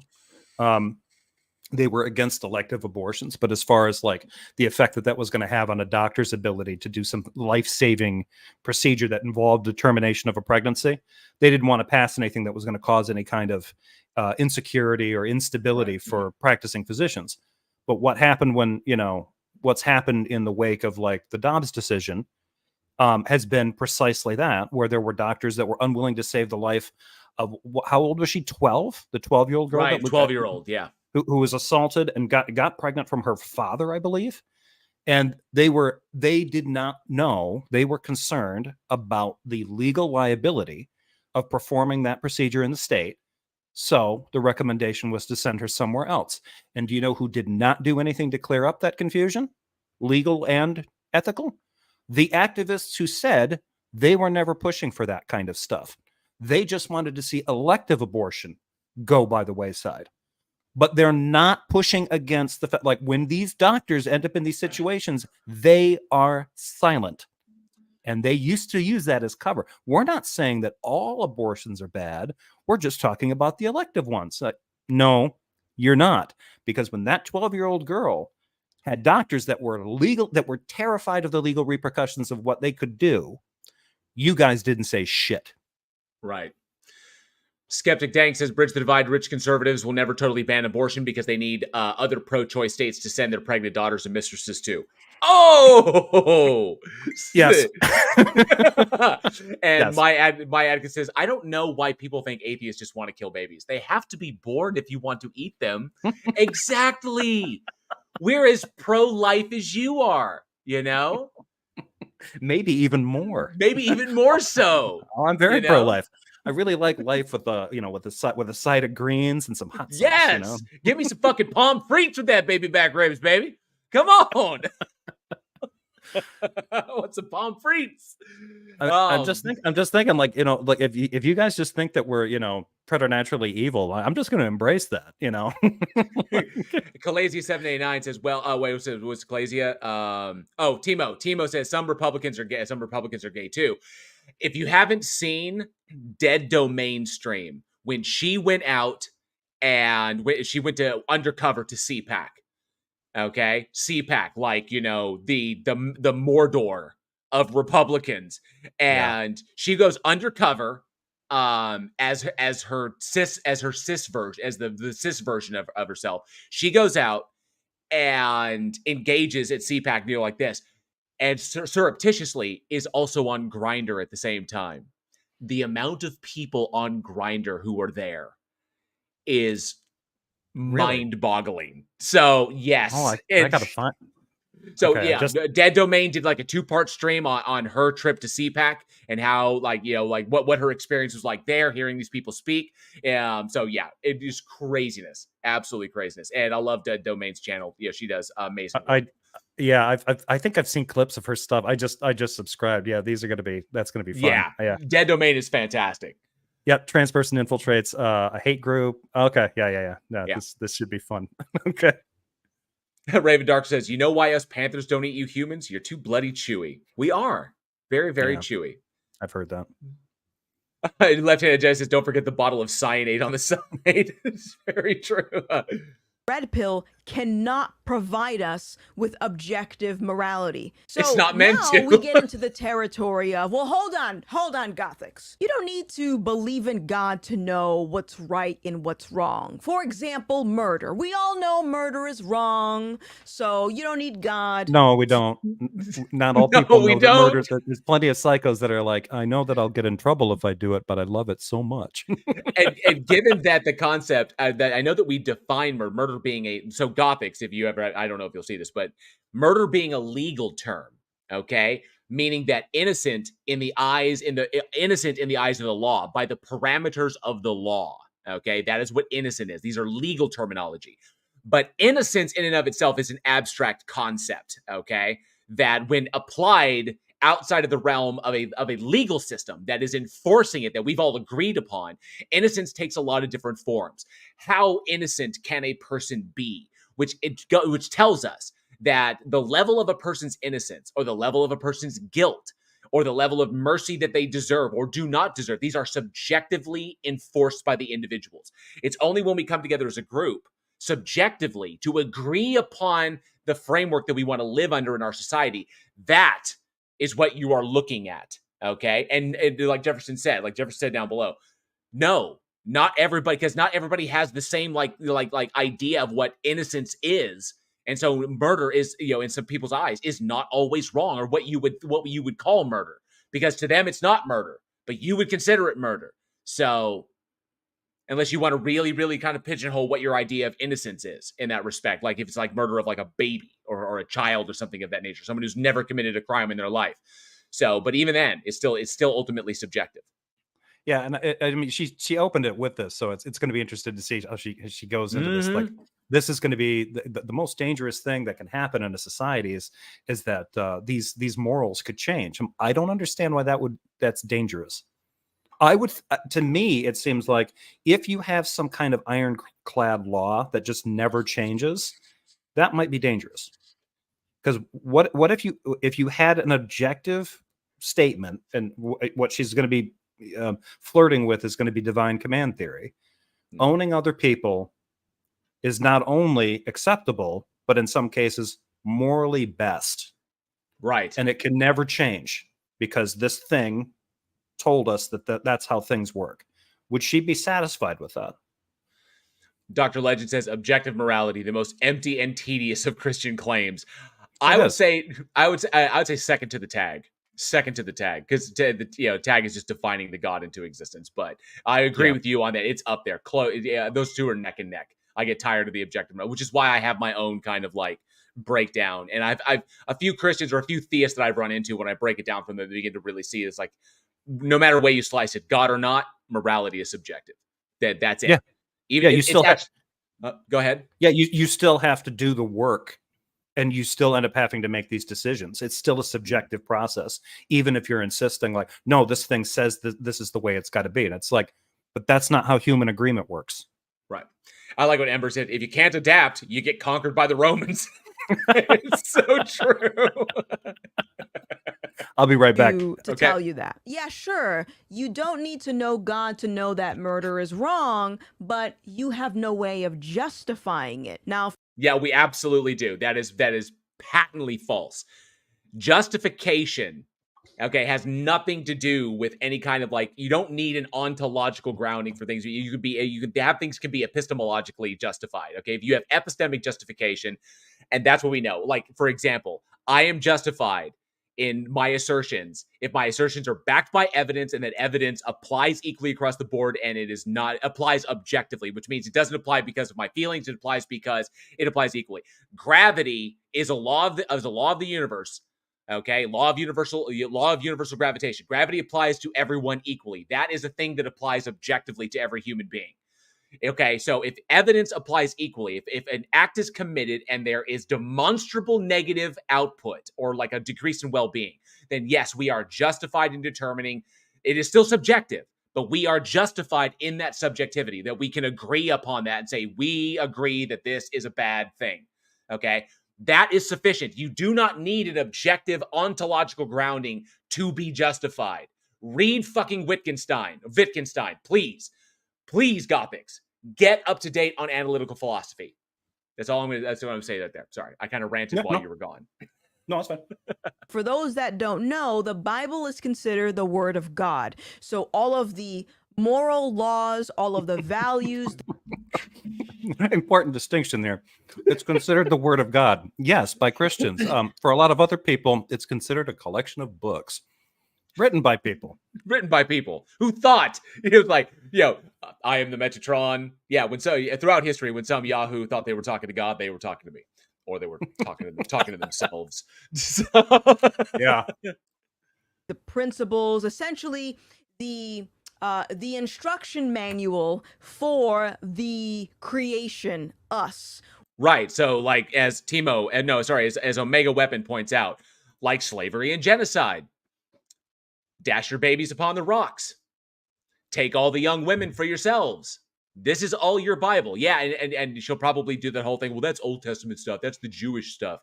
It was like, you can't, if you want to cherry pick it, I mean, it's just going to make yourself look worse and worse and worse.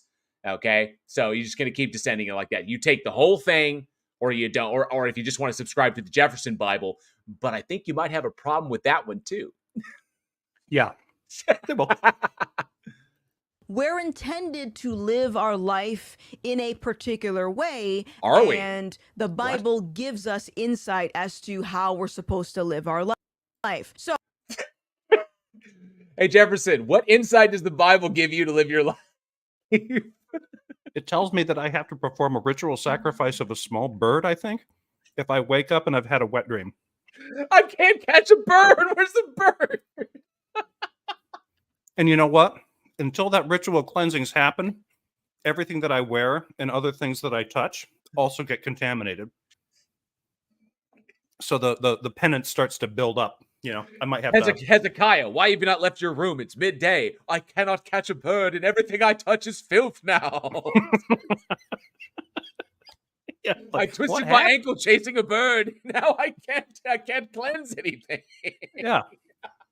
It's like, what are the insights that you get out of the basic story, like just from the Old Testament? Let's see. An all-powerful being that needs to glorify itself picked a group of people to be its chosen ones, led them around in a wilderness for a while, promised them an area of property that did not belong to them, wanted them to kill everybody that originally lived there, and would occasionally punish them for griping about not having enough meat to eat or not killing enough kids. So the insights I got from the Old Testament were bad. Like this thing is basically a mob boss with with powers. Before I unpack this, I want to first start off by establishing a few principles. Oh, and if you'll notice, audience out there, if you notice live stream, I know Jefferson, look for the cuts. Okay, there are a bunch of like little cuts in this, and I found that really interesting because obviously when you by comparison, when you watch my content, I'll convey an idea, but to make sure I'm not running on too long and to make sure that I convey things right, it takes multiple takes. But you'll see cuts in mine. I convey an idea, then I move on to the next thing, and you typically, however it goes. But there are so many tiny little cuts in this, which makes me wonder how much raw footage she actually had after recording this, because there are a bunch. And sometimes they're like mid-thought. So... found in the Bible. In Romans 2:15, it talks about how the law is written on our hearts. Most of us understand right and wrong. Most of us understand that murder is wrong in particular, since we're talking about this example. But okay, to break something down because I love breaking this down, this is if you put yourself in the shoes of individuals who lived at that time period, okay? Emotions were an interesting thing because people didn't really have an understanding of neurophysiology or where emotions came from, the fact that they actually come from your brain. But emotions, your emotional responses, have physiological effects that go along with them. Okay, they can increase your blood pressure, decrease your blood pressure, make your heart race, whatever. They can get your attention. They can make you, all that shit comes from your brain, doesn't come from your heart. But the fact that the increase or the decrease in blood pressure, the heart racing and like that, these are the things that get people's attention. So the idea, to give you context, Gothics, if you happen to watch this, the idea that it was written on people's hearts, they're talking about emotions. Okay, because that is where people feel them. You don't feel the emotions in your brain. Okay, you feel the hormonal effects of emotional response in your body, which is predominantly in your cardiovascular system. So that's what they're referring to. The idea that seeing evil things or doing evil or doing something wrong like this gets your heart racing, that adrenal response. Okay, that's what they're referring to ostensibly when they say God wrote these things on your heart, because there is an emotional effect when these things are taking place and you are witness to them or you have done them. And that effect comes from God, because they didn't understand that it actually comes from your brain. Okay, that's why it's written like that. Even then, even if they knew it was the brain, they'd probably still say that God wrote it on your brain. Okay, so they probably do that, but nonetheless, to give you context, but break it down from there. Problem is, our conscience was distorted as a result of the fall when Adam and Eve ate the forbidden fruit that God explicitly told them not to eat, which... Oh boy. I told you, it gets fun. It's just Sunday school stuff now. Okay. And of course, I apologize. I was distracted. No. I had some sushi left aside. I needed brain food. Get after it. And that's the kicker right there. Obviously, Gothics, you have not actually considered the reality of this. The whole scenario in the Garden of Eden, number one, first and foremost, none of that was logically necessitated by anything. Okay, nothing dictated to God that it must necessarily create that scenario. It's really, really simple. God did that. God set that whole thing up in your worldview. God set that whole thing up because it wanted that to happen. But that also means that Adam and Eve being created innocent enough so that they could be manipulated by things, that was intentional. The existence of the trees that it didn't want them to eat from, the placement in the garden, that was intentional. The access of the serpent to the garden, that was intentional. All of this was set up from the jump because it had to necessarily be the way that way because it wanted it that way, not because something dictated that it must be that way. The whole introduction of the conditions that allow for the logical possibility of evil outcomes, those conditions exist because your God wants them to exist. That's the reality of the scenario. Because it's your God, hierarchy, your God exists. Nothing exists external of it. And in that situation, you can if you want to tackle the idea that it calls itself good, but what is good if nothing else exists? What actually furnishes that mental content? No idea, because it's literally contentless and contextless. So what is good? But that aside, anything it creates because it wants to, not because it must, or not because anything necessitates that it does. And so all of that, the system, the moral framework, everything imposed is both subjective and completely arbitrary. Okay, it could be any logically possible way that it wants it to be. Human beings could fly if that's a logical possibility, if God wanted them to be able to do that. Okay, but nonetheless, it does. There we have the system. Evil occurs because the God wants it to occur, because evil doesn't happen in a vacuum. Okay, it doesn't. I think they would like to believe that it somehow can. Oh, that evil just exists in a vacuum. Yeah, well, and I've brought this up. It's been a long time since I've debated a theist, but I remember the kind of crazy one, Philip. I basically just kept hammering him, like, where does evil come from? Because Philip was really into the tag argument. Everything comes from God. God's responsible for everything. I'm like, that would include evil. And then he would start to get uncomfortable with that. And I'm like, right. Where does evil come from, Phil? If everything depends on God, everything is contextless without God, everything is contingent upon him, that means evil has to be too. And then he would just try to say, well, no, evil is the absence of God. I'm like, how can anything in his creation, how, if he's omnipresent and all powerful, how is he absent anywhere? I don't understand. And if there's by virtue of that nature, how can it create a place? How can it literally create a place that it wasn't present in? Right. And on top, let's say that it could, even if you just entertain that, he still made it possible for a place with an absence of him to be there so that evil was possible. He still have to be responsible for it one way or the other. So yeah, he got quite upset with me. But I mean, hands down, the God is evil. The God is evil. I mean, I hold that legitimately, I hold that this particular God, the Abrahamic Christian biblical God, that this thing does not exist. I'm a Gnostic atheist. I claim that it does not exist. I can back that up with logic. I can break down why it's a logical contradiction. It's logically contradictory by definition. But by her lights, by your lights, Gothics, your God is evil. By your own lights. The fact that you haven't figured that out, obviously not my problem.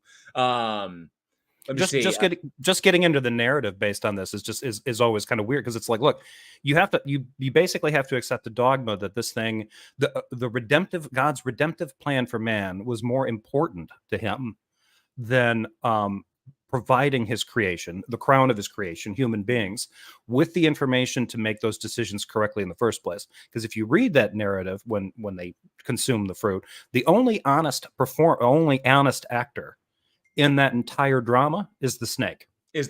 Yeah. Eve is full of shit. Adam is clearly high or just dumb as shit. And God lied to them. He said, like, yeah, if you eat that, it'll kill you. Like, no, it won't. And the snake told him, no, it'll make you wise. They'd rather you not be. And it was they too, because it was the divine council. Also, that's an inconvenient fact.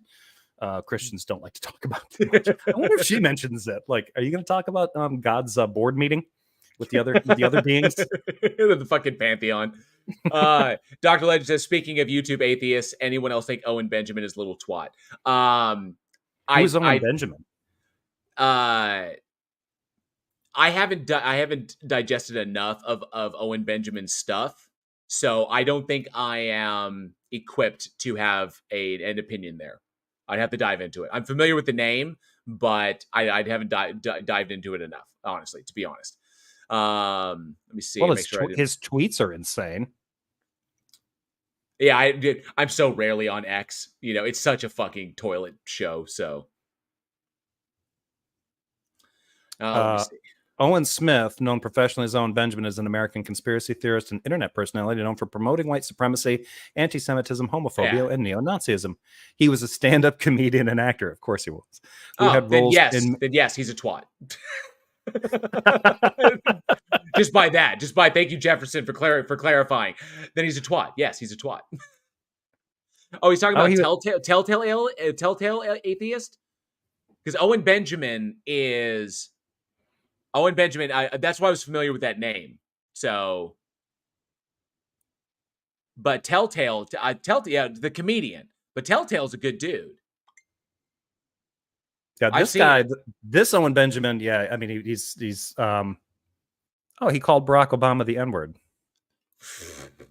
Yeah, right. He's been on Joe Rogan, Steven Crowder. That's Owen. Infowars. Foxy says, "Oh yeah, Telltale is Owen Morgan." Yeah, okay. Dr. Legend. Yeah, Telltale is Owen Morgan. So Owen's, but yeah, Owen Benjamin is a douche. Me, hey me, this is IJL, just doing a quick drive by and show some love. Thank you so much, me. I do appreciate that. Appreciate you popping in. Is why, for example, I think abortion is child sacrifice, and other people think abortion is healthcare. Now, because it is. How do you think they handle ectopic pregnancies and hepatic pregnancies and all kinds of shit that goes wrong? I know we're pausing this a lot, but let's keep this in mind. Like when she started off at the beginning, she ran down the list of things. I guess she just assumes everybody hates, and then top that, including communism, which was a fun one. And then gets into this thing like she gets red pilled, her words, starts making comments about abortion that get pushback. And I'm like, and I did think, I'm like, what kind of comments was she making about abortion? Oh, that it's child sacrifice? You didn't think that wasn't going to get you some pushback? Please. If you went and had that pregnancy terminated, do you know what happened to your baby? You gave it up to the god Moloch. Like, first of all, that's not what that is. There wasn't a god Moloch. Moloch is a type of sacrifice. Maybe they sacrificed it to Chemosh. I have no fucking clue. But that is not how terminating a pregnancy works. Like, I really think like it's like she thinks they take it out and then immediately turn around and put it in the hands of the burning effigy, the red hot burning, like, oh. And there's Holocaust cloaks and chanting going on. Yeah, I imagine what they think is that there's a hospital and then there's the abortion room, which looks like the chanting of the Rame Tep in young Sherlock Holmes, music and everything. Great big golden goat head. I don't know what kind of comic book world this shit is in where they can make the claim with a straight face like, well, I think abortion's child sacrifice. And okay, I think you're crazy. And you deserve all the static you get on social media for making that kind of bonkers assertion. Fuck. Let me see here. I think I missed one real quick. This was real quick. Mr. E-Man, who gifted 20 memberships to the Godless Army. Thank you so much, Mr. E-Man. We appreciate that. Lieutenant Jedi, who's been a member of the Godless Army for 6 months. Thank you, Lieutenant Jedi. And Ember, who's been a member for 6 months. Thank you all so much. I do appreciate that. And Shovelhead Steve has become a new member of the Godless Army. Please enjoy all of the cool emojis that I've made for you and your channel badges. So I hope you dig those. This is why we need a savior, because what that means is, regardless of how good of a person you think you are, you're still going to do wrong in your life. And this, my friends, is precisely why Jesus Christ came to die on the cross, so he could offer us free salvation and we can live in the kingdom of... I thought she was going to say free. I thought she was going to say free Wi-Fi. You came here to give us free Wi-Fi. Like, oh, well, that would have been salvation. Oh, those people back then they probably could have used Google. It would have helped. Would have helped a lot. Of course, we truly believe this and repent of our sins. Without that, we're going to hell. So, how do we really know what's right and what's wrong? This is where the Word of God comes in, and this. To clarify something for you Gothics, how do we know what is right and what is wrong? So we have this beautiful thing, this beautifully evolved capacity for empathy, okay? Because there's this wonderful system of structures in the brain that make up what we call the limbic system, all right? And your capacity for empathy there is a genetic basis to that, a genetic kind of building to that. And so the Pine Creek Doug calls it the feel sorry for-ism part of your brain. Yeah. Douche. So humans can feel empathy, but unfortunately, because that's the way evolution works, empathy works as well as it works in order to basically keep our population surviving. Okay? That's the way it works. That's why empathy is not an equal thing for all. It's not a universal amongst all human beings. Some people feel it very little. Some people not at all. Some people feel it very, very aberrant. There's an aberrancy to how they feel it. But some people, typically the vast majority of the population, feel the same level of empathy about things within the same kind of spectrum.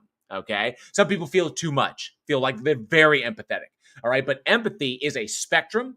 It's not the same across everybody, and everybody, you're born with that. Then your parents come along and they inform you about certain moral things. And then you go out there and you hang out with your friends when you're a kid. They inform you of certain moral things. And then you have your own personal experiences that inform you of certain moral things. And then your own kind of empathetic response that tells you what those things are. And then throughout those formative years and going on into it never stops, your moral framework develops. Okay? The things that you will accept and the things that you will reject from a moral standpoint, because they either don't jive with what you've learned and what you feel, or they do jive with what you've learned and what you feel.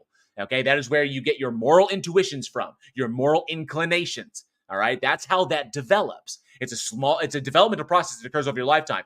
Your moral framework is not guaranteed to be the same when you are 90 as it was when you are 20, because there's obviously 70 more years of experience that's going to go into inform you as to exactly, black and white shit. Because life, when you're young, shit tends to be black and white. The older you get, the grayer things you realize they really are. So that's the way. I mean, it's all subjective to the individual, and then we come together, we pool our resources together to create a society that we want to survive, and we agree upon the frameworks that we will impose upon the system. You don't like it, shuffle off. Go. I don't mean shuffle off. That sounds bad. Go somewhere else. You have to live in a van down by the river. Yeah, because you're not going to play well with others. Yeah. Right. This is also why it's extremely important for Christians to... Oh, the point that I forgot to make right there that I was closing up because I was talking so much. The Bible is just one moral framework that was held upon by that society of ancient Hebrews. That's the what you see in the Bible. Actually, what you see in the Bible today is an amalgamation of a numerous other ones. But there's some common themes there, stretching all the way back to the Hammurabi Code. But ultimately, the Bible is presenting one moral framework that was developed by another culture. That framework is subjective, which is why the framework in Islam, put forth by the Quran, is different. By Hinduism, Buddhism, the Vedas, the Bhagavad Gita, the Egyptian coffin texts, all different. So go ahead. Sorry. If you're an evangelical Christian, Christianity 101, at least in most churches, is going to be, there's the Old Testament, which is the Old Covenant, and Jesus brings about the New Covenant. And that's the stuff where, Paul talks about the law was fulfilled with Jesus, blah, blah, blah, blah, blah. So you don't have an objective moral sense in that. Like, if you have a system where you needed to follow the laws in order to get salvation, in order to be in good with Yahweh. And then you get a situation where Jesus comes and dies on a cross. And because of that, and then he defeats death. He's resurrected 3 days later, blah, blah, blah. Mm-hmm. That takes care of all that. You don't have to observe the law in the same way. What about that subjective?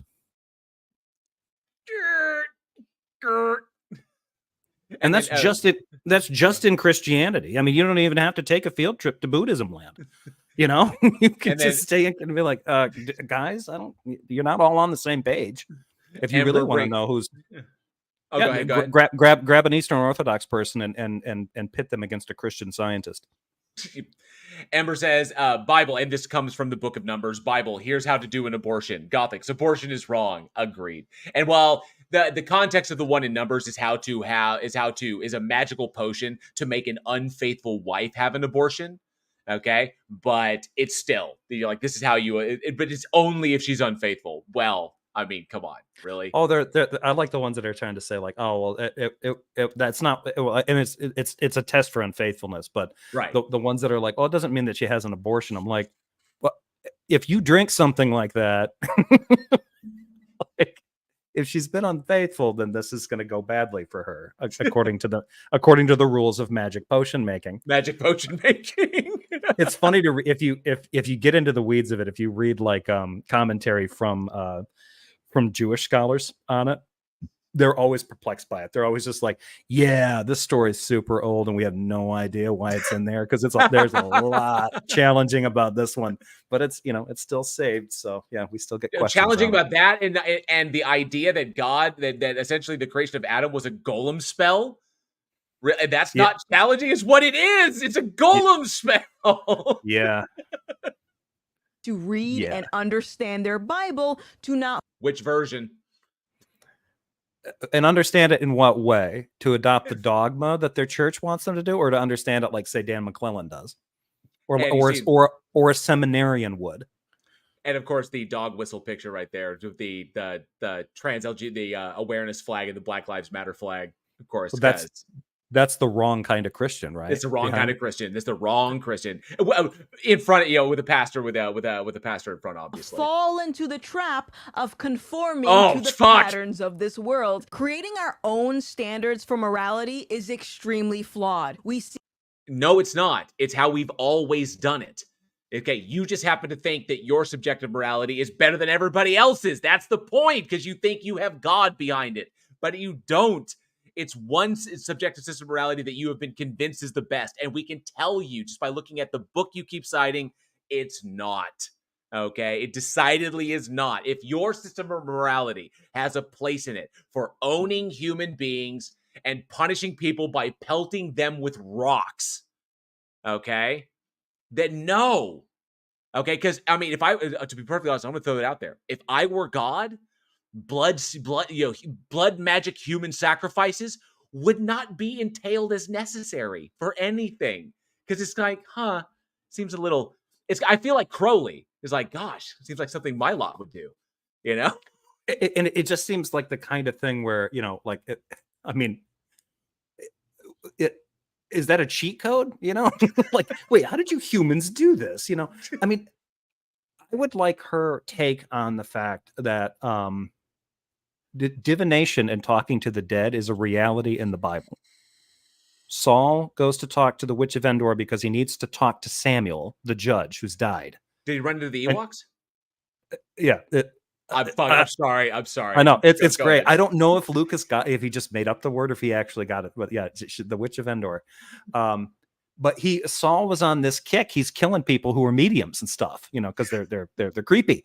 Well, he finds out there's actually one who's really talented, and he's like, shit, I've been murdering them left and right, but now I need to talk to somebody who's dead. I'll go talk to her. So he goes there, and she's like, the fuck are you doing here? You've been around killing my colleagues. And he's like, hang on, I'm not here for that, lady. I need to talk to Samuel, and I need to talk to him stat. And she summons him. They have a chat. And I'm like, okay, if you show that, like, that's one of those things where, like, the 15-year-old's like, Pastor, I've been reading my Bible, opens it to that section. Explain that shit, please. There's magic in here. Like, yeah, it's like the last video that I just dropped. There's a reference in there. This is kind of different from that, but it's that subjective bullshit that's going on. There's the sequence when Jesus is talking to Nicodemus, the Pharisee Nicodemus, and Nicodemus has to like sneak to his place in the middle of the night and be like, hey man, I've been hearing some stuff. Let's chat. And Jesus like, only through being those who wish to seek enter the kingdom of heaven must be born again. And Nicodemus is like, what the fuck do you mean by being born again? Can a person be born twice? Can an old man be born again? And then literally Jesus' response is, you got to take it on faith, bro. It's like all he said. He was like, you do not know where the wind blows, and you know the wind blows and you can hear it and you can see its effect, but you don't know where it comes from. That's the nature of it. I'm like, so if that was being done as a video, that's the part where it freezes on Jesus's smug look and the big word slams on deepity. Like, what the fuck? He said nothing. And Nicodemus is like, and you wonder, and he was like, oh, and the guy was like, oh, Nicodemus didn't understand it because he didn't have spiritual discernment. He's like, no, he didn't get it because he literally asked Christ, do you think you could clarify that for me a bit? Because that doesn't make any sense. And then Christ had the opportunity to speak more coherently. He's like, trust me, bro. And I'm like, well, no wonder no one believed him. The thing that I don't understand is why more people don't look at that and be like, what he's saying is that you can't be saved. It's impossible for you to physically be born again, and he's comparing it to that. So it's like, oh, so you can't. And that's why he has to die for you. maybe. Right. But I always find it kind of weird that they're, you know, evangelical Christian. I'm a born again Christian. Like, I don't think you paid attention to what he meant by that. At all. I'm trying to. I can't keep imagining if this event actually happened. I don't believe that it did. But if this event actually happened, Nicodemus is the look on his face when Jesus is like, "You don't know where the wind comes from, even though you can hear it and you can see its effects." And he's like, Nicodemus would be like, "Is that it?" Yeah. That's when he went back to the council, and they're like, "Yeah, so did you talk to that Jesus guy?" I'm like, "Yeah, he's getting killed by Romans real soon." Real soon. That dude is cracked.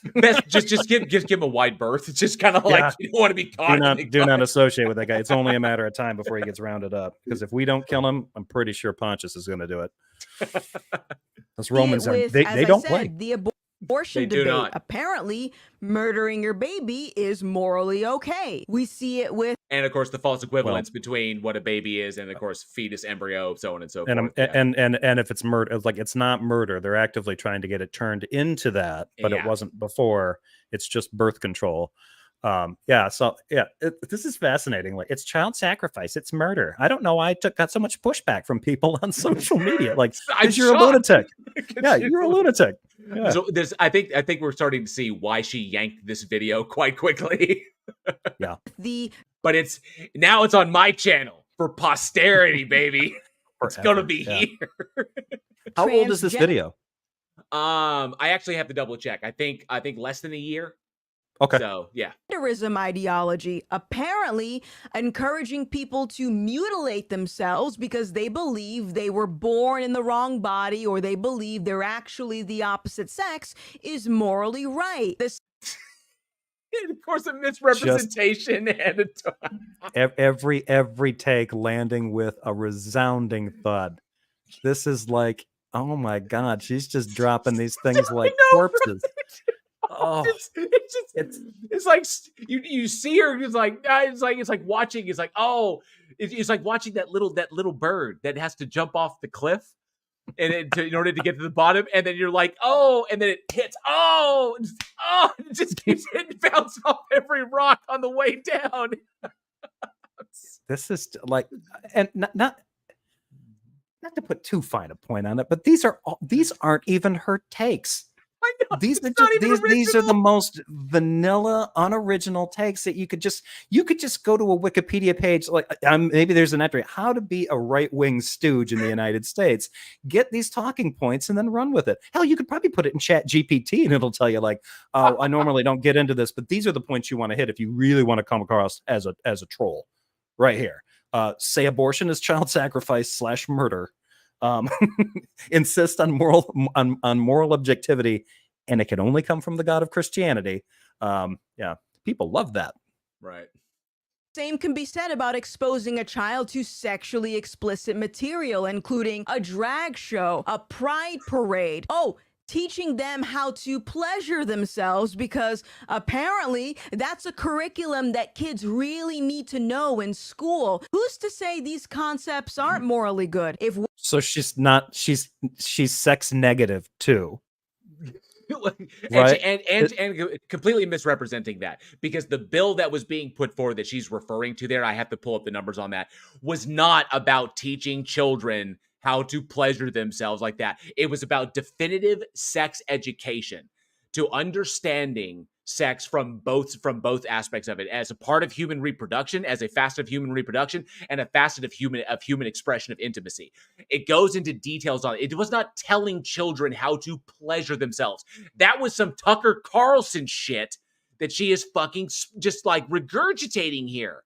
Yeah. Timo says she must be frustrated. Fucking cobwebs, man.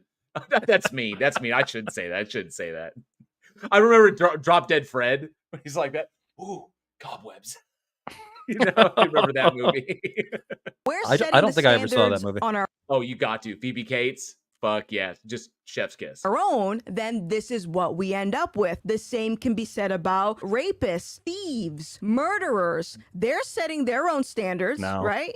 So now, not just like segued from abortion, obviously from like murder to abortion to transphobia, but now equating trans rights, trans identity, and abortion with murder, rape, grape, all these other things. Okay, things that cause that systematic, that if they were systemic issues, I mean, they were like widespread, would cause obvious systemic harm. But now, so the false equivalent, obviously the false equivalence. Yeah. This, I mean, well, since she's lining these things up, the concern that they have about this kind of stuff in society, never, I mean, it never comes across as legitimate to me, because I always just see like, the drag thing, right, for kids. Mm-hmm. Nothing about that is factual. I mean, there are drag, there are drag performers that do reading things for kids, but there were also Sasha Grey, the porn star, right, used to do readings for kids at a library out where she lives, and she's somewhere out in California. She took grief for that when some of the parents found out what she was. And they're like, well, you can't be in front of our kids. And she's like, why? Because you were a porn star. So it's like, so I'm not one now. And that one doesn't have anything to do with the other. The argument from one of them, because of what she did, she is in some way exposing the kids to sexually explicit themes and topics. So the idea that I'm going to check my copy of like Beatrix Potter for you like that. Not seeing any double anal in here at all. I don't see where that is in Mother Goose. Can you point it to me? Well, she's a squirter. Sorry. Sorry. Real. Sorry, I think I may have killed him. Yeah, the idea of trying to say that these people are doing this to their kids is a way of denigrating trans people and right, and others, and making them basically kind of making them like a sexual second class thing. Just their presence is enough to confuse the kids. All they are about is the sex. It's like, no, that's not all. That's all you're thinking about. Yeah. That's a limit of your imagination, your comprehension. And the reason that they're limited is because you're feeding your disgust and ignorance and fear, rather than actually reflecting on this and thinking about it. It does not make sense to think that these people are like, I mean, it's amazing to me. This was the problem with like gay rights. Every time the opponents would talk about gay people, they would talk about the gay sex drive. They would talk about them cruising. They would talk about them manipulating, and they're constantly horny. They're just these sexual deviants who just have to have sex all the time. And trans people are getting the same treatment. And it's like, she's doing it here implicitly. She probably doesn't even really, she's probably not even really cognizant that that's the kind of stuff she's trafficking in right now. She just thinks she's being, I'm just being common sense here. I mean, we shouldn't let kids hang around with porn stars while they're filming porn films. Like, that's not what you talked about. You talked about a drag queen reading Beatrix Potter in a library. Right. Totally different. Yeah. And let's see, it was like that. Omni Ouroboros, good to see you. Omni Mother Goose with DVD. Nice. Oh, mommy. If she watches it, she's going to be so fucking pissed. It'd be hilarious. Omni Ouroboros, like, can you show me some of the Sasha Grey? There's plenty of her out there, so feel free to do any kind of search. I wish she'd gotten better opportunities as an actress, because I think she has talent, but the industry itself has as many problems as a number of other things, and unfortunately, she's been kind of pigeonholed into a particular kind of like character archetype, and I wish she got the opportunity to break out of that. I really do, because I think if she got a chance to flex her wings, she could do some really good stuff. But she was good she was in the Girlfriend Experience. She did good. I think she was kind of misunderstood, because I think Hollywood is bad about figuring out where actresses like her could go. I think she'd be a great bad guy, but I don't think that there are a lot. I think the same thing about Dakota Johnson too. I think Dakota Johnson would make like a Hans Gruber level bad guy if there was the role for her to do that. But unfortunately, like, female villains aren't usually written well.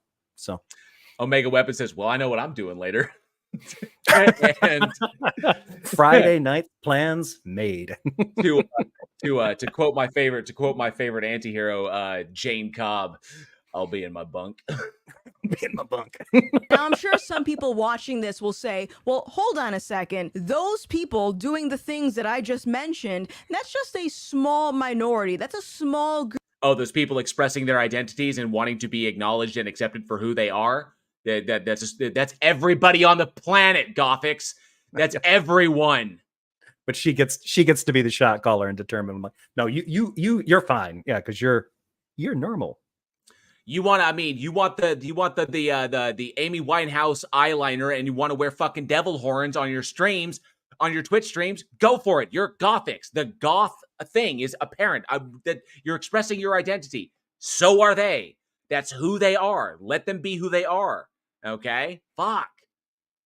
Group of people imposing their ideas on the rest of society. Victimization. Yep.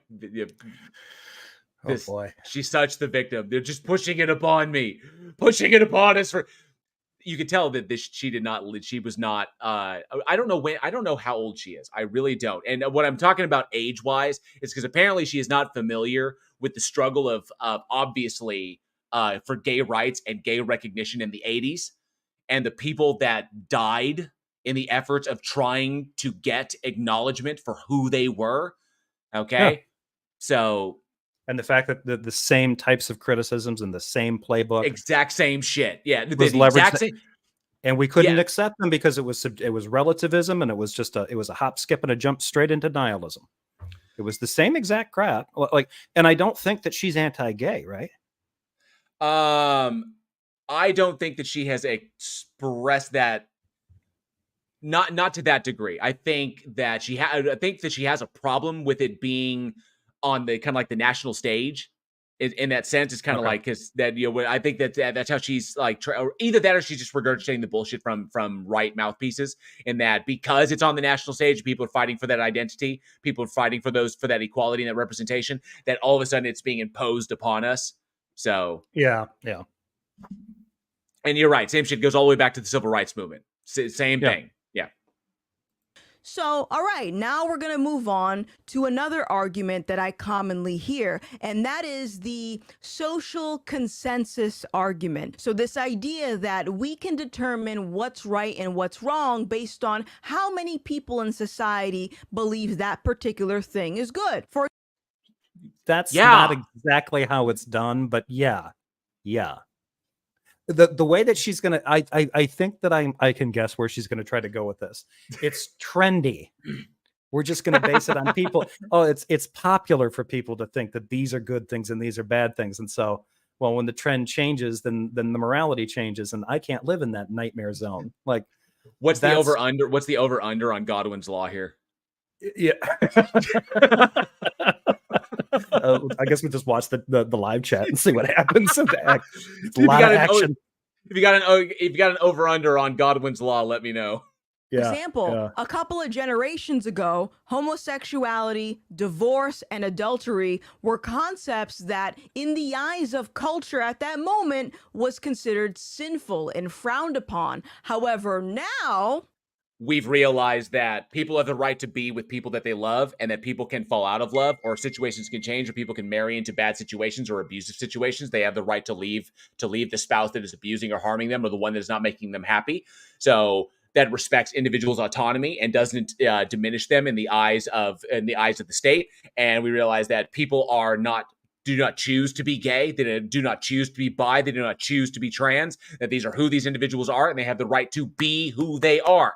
We recognize things, which is why it changed. Just like African Americans, black people, were not property and were not, subhumans like the Bible would impress upon you. Just how antebellum slavery laws were literally copied from fucking Leviticus. Yep. You got gay everywhere. Everything is gay. Gay. Why are you gay? Divorce? Oh, yeah, fine. Divorce. Answer my question for me. Okay.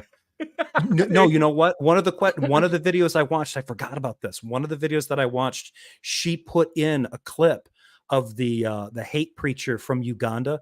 They eat the poo-poo. That clip right, that went viral. She used that in one of her videos. I was like, okay.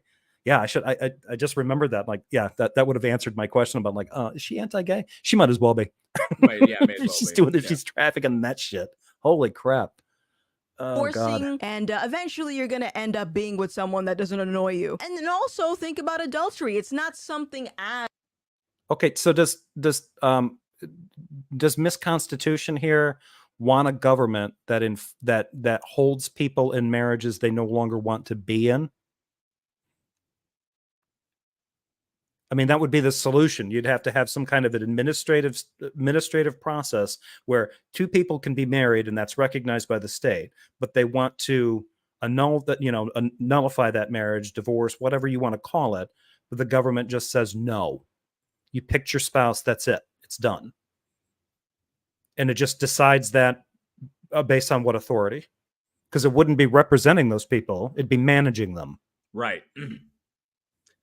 And Daniel Cooper brings up 3/5 compromise. Anybody? Yeah. So, I mean, the 3/5 compromise. I mean, just come on. Think for 2 seconds. Think for 2 seconds. God, Kindle that shit.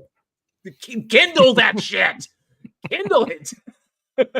as frowned upon as it used to be. And these are just a few examples of how a shift in culture can define new terms for morality. And this is so dangerous. What?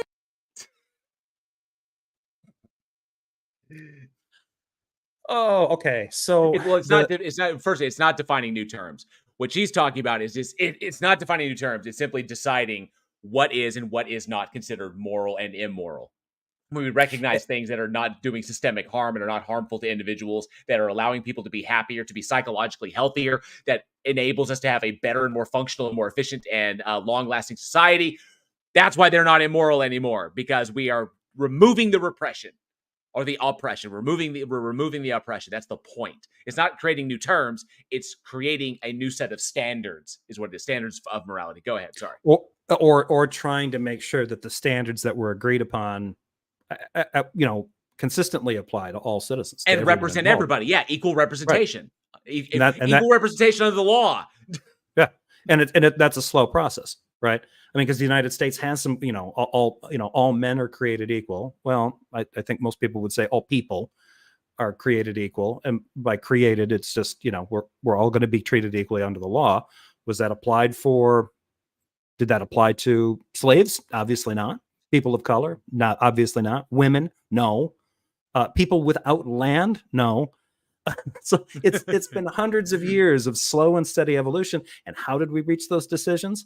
By reflecting on the principles and contextualizing them in other philosophical and moral. Like, she's acting like, well, people just show up and arbitrarily change these things every 5 years, and that's confusing and scary. Like, no, if you've got a society trying to decide on different moral standards, then they have to be doing something based in principles. It's got to be based on something. Even she's saying this, like, well, it can't be based on people because people are fickle and they'll just change their minds. Like, according to whom? Like, okay, so according to like the church. Why don't you get somebody from the Anglican Church and a Catholic and have them sit down and talk about their church's their stances on recognizing gay marriage, and watch each of them base their organization's principled position on that with the Bible. They will both do it. They can both do it. But because the Bible is the objective standard, no, if you read it and you understand it, then you'll only reach one conclusion. They didn't.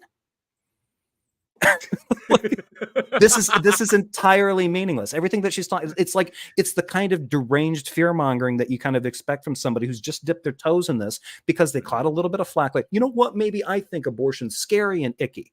And somebody's like, the fuck? What'd you say over there? I'm like, yeah, maybe it is equivalent to child sacrifice. And they're like, get the fuck out of here.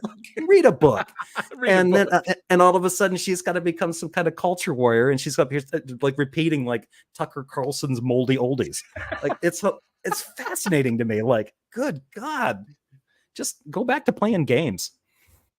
Mr. E-Man says, so this lady would hold that society is not allowed to evolve as understanding increases. As long as she would, as long as it's understanding what she feels is right. And well, there's certain things. If it ain't broke, don't fix it. And where Yeah. things have clearly gotten broken is that people are just committing child sacrifice left and right. These damn atheists are out there sacrificing kids. Like, no, they're not. No, yeah. That didn't happen. Is really stopping society from moving in a territory where, for example, pedophilia is socially acceptable. Now, I'm sure some of you will say, she's hitting every single, like it's just going down the keyboard. Is there a Godwin's law, like something equivalent to the mention of the pedo stuff? Because it seems like there should be. Because I mean, I am waiting. I'm waiting for the Nazi reference or something. I'm waiting for that to happen. I'm surprised it hasn't happened already. But yeah, okay. So now we're into the endangerment of children from sexual assaults. All right. No, Skeptic Dank, I didn't miss your super chat. I've got them all starred. I'm gonna make sure that we're getting through the video, and then I'm gonna go back and I'm gonna check those super chats. So just giving a heads up that if anybody does a super chat, I see it, I've got it starred and ready to go, and I'm gonna hit those up and thank everybody and all that. So if you got a comment there, I will get to it, I promise you. And it's probing time. Good to see you. It's probing time 666. The devil made me do it. And every time I see it's probing time, he says, what the fuck? Yeah, exactly. Every time I see him pop in the chat, I'm always like, hey, guys, you remember when it's probing time 666 came in the chat and said, it's probing time, and everybody probed? It was awesome. I think it every time. It's probing time. It's probing time, and everybody probed. It's Morbin time, and everybody...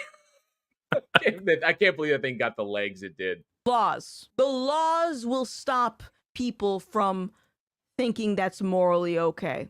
All right. So now we're going to get into the argument of government authority, that the laws are responsible for giving us our sense of right and wrong. So no. Did she? Oh my God. Is she 8 years old? What kind of insipid nonsense is this? We're in Jim Bob territory. Oh my God. You know what? The only reason I ever thought any of this stuff was bad was because there was a law saying I'd get in trouble if I did it. I really wanted to do it too. Like, oh, really? What? Which laws did you want to break, weirdo? Oh, it just keeps getting better and better. If a government tomorrow said that pedophilia was acceptable, then that's what we're going to go with, right? Now, sure. No notes, no pushback. Yep, that's how it works. That's how it works in every government. Hey, Thomas Lee, good to see you. Says new show, new listener, love the show. Thank you so much, Thomas. I do appreciate that. But yeah, and Shinshu, if I didn't say hi to you, good to see you, Shinshu. I'm not going to accept the rebuttal that the government would never do such a thing, because if we look back in history, there are so many atrocities the government's been responsible for, either directly or as a result of indifference, their policies, or government-funded propaganda. I just don't even know why there aren't uprisings all over the country, and maybe there will be. The biggest terror threat in this country is white men, most of them radicalized to the right, and we have to start doing something about them. Now, let me be very clear. Hang on. Was that an example of propaganda to her? Was Don Lemon channeling some propaganda? What in the literal hell is going on in her brain? She doesn't. I can only conclude that she doesn't fucking think about what she just is no forward thought or forethought.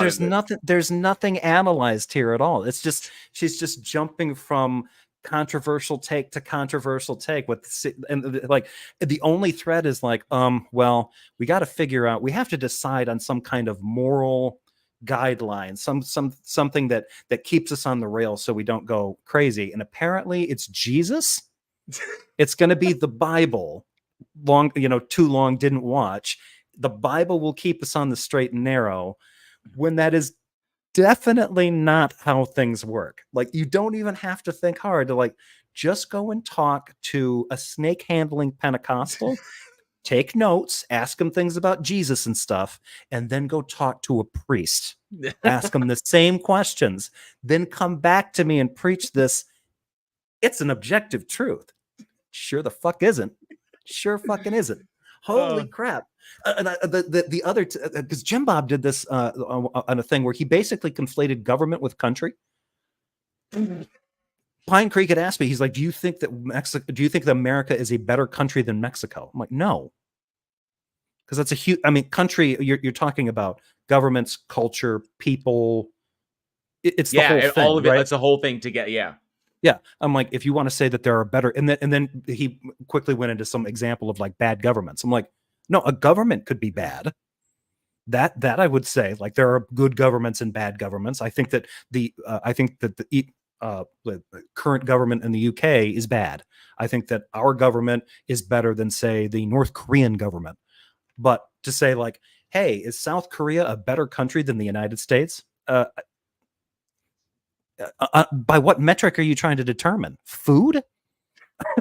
The output of thrillers? I don't access to Wi-Fi, access to broadband internet, full speed broadband internet. I don't. Yeah, which means Estonia is the world's greatest country and government. I mean, they vote online. But Jim Bob came in and kind of did this pushback. I'm like, I don't understand why you guys are having a problem with this. Government doesn't equal country. They're not necessarily the same thing. And what she seems to be saying here is like, well, if the government can just turn around and make a declaration and say that this is this is something that we would punish, because that's what you use, those laws for. You violate it, the state can punish you for doing it. Doesn't necessarily have anything to do with your morality. It's sort of like driving too fast. Are you an immoral person for violating the speed limit by going 5 miles faster than it's posted? I don't think that makes you immoral. Can you be legally punished for it? Sure can. Yeah. This doesn't mean that everyone who's in a position of power is evil and intentionally wants to cause harm because they have no sense of right and wrong.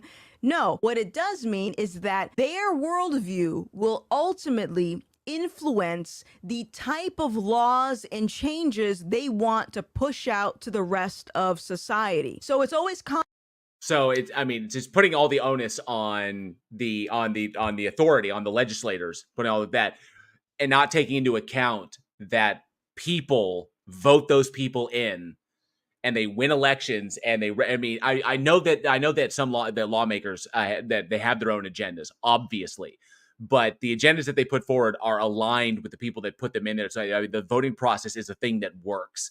And so she's not talking about individual lawmakers, she's talking about large swaths of the population. I would push back and be like, okay, so you have a problem. It seems like she's suggesting the law from the government is being used to affect social change.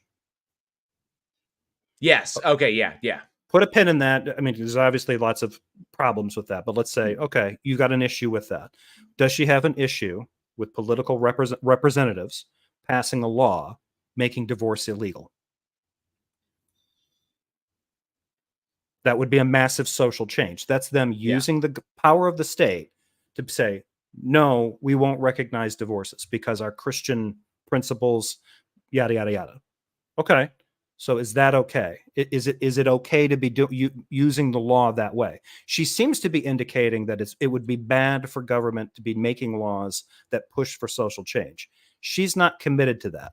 And all you got to do is ask her for like, okay, what would you like to see done? Oh, I want to see abortion outlawed in all circumstances. Okay. You don't think that that's a law forcing a societal change against people's wishes?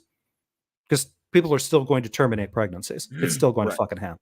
Yeah. It's just, it's just going to make it unsafer. It's just, you're basically, I mean, come on. Prohibition. Did we learn nothing? Okay. Yeah. I mean, comical to me when people say, I don't want a Christian in office because I don't want them to push their beliefs on everyone else. I love getting comments like this. It brings me so much joy. John says, coming from an I'm going to skip ahead love, of that. because they'll still use that atheistic, an atheist. Oftentimes when I try to illustrate what a persistent atheistic worldview could potentially lead to. Atheism is not a worldview. Just to clear that up for you Gothics. Non-theism is a worldview, like non-theistic worldview, because gods are not involved, but atheism is not a worldview. Get that straight. Which probably another one, like reason number 123 why she pulled this thing. Yeah. I usually will talk about the Holocaust, and I'll say, look, this is what atheism could lead to. Godwin's law fulfilled. Godwin's law fulfilled. And guess what, sweetheart? And I know it's condescending for me to call you sweetheart, but I've got to. The Third Reich was an extreme Christian group. They were a Christian nationalist group, as much as you don't want it. You can't run your soldiers around with Gott mit mir on their freaking belt buckles, okay? And not say that they are, in a sense, aligned with what their version of Christianity. Okay, unless you want to pull the no true Christian, no true Christian. Yeah, they definitely flirted with it. I think it was and who there was, I can't remember who he was, but one of the guys that was like I mean, they were all massive anti-Semites, but some were more, I think they were just kind of phoning it in. But the one dude was so Catholic that the reason that he supported all of the horrible things that their country was actively doing to the Jewish population, in any of the invaded countries, because most of the abuse was directed at, the populations in Poland and other countries, but it was because they killed the Christ.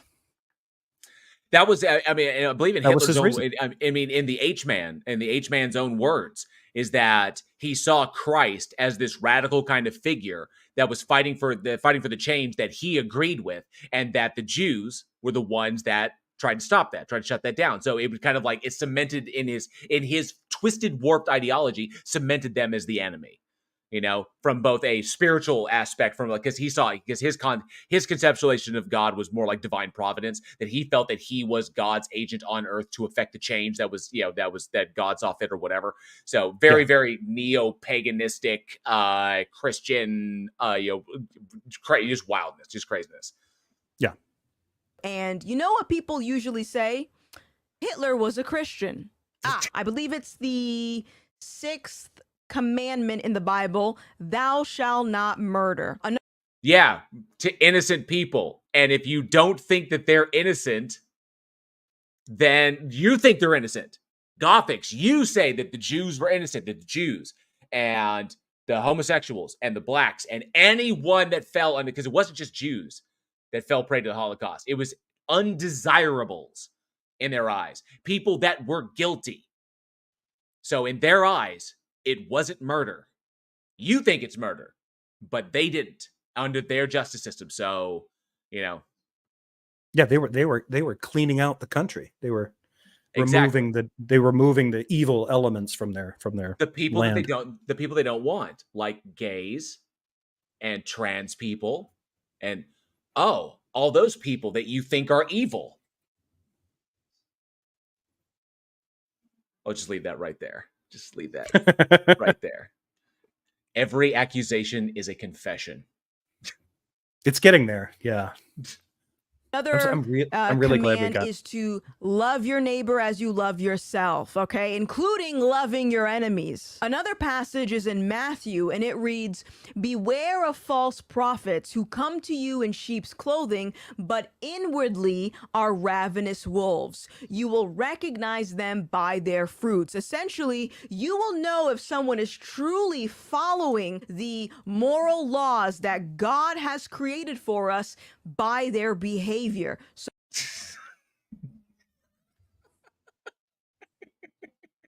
the look on your face is just priceless.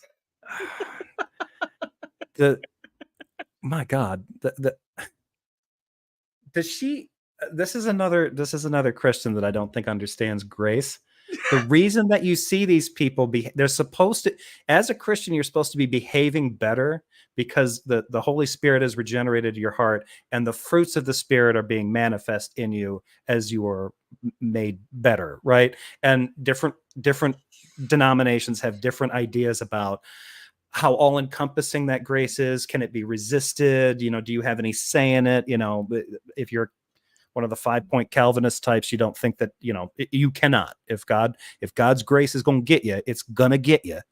You don't have a say in it one way or the other. And others are like, no, you kind of have to agree to go along with it. But either way, that grace is what does it. Not following laws. That doesn't do anything. Like, this is just, so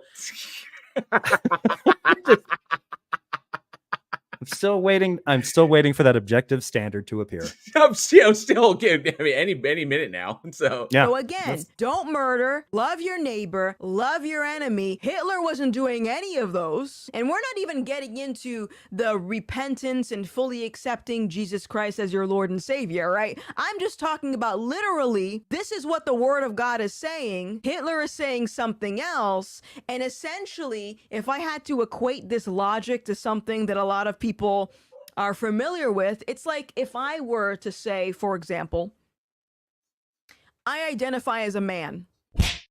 The narrative. Oh, it took a lot to not go upside my own forehead after that. right. Oh my God. Okay. Is that you must believe I'm a man because I feel like I am. I identify as one. In the same way, Hitler is a Christian. Why? Because he said so.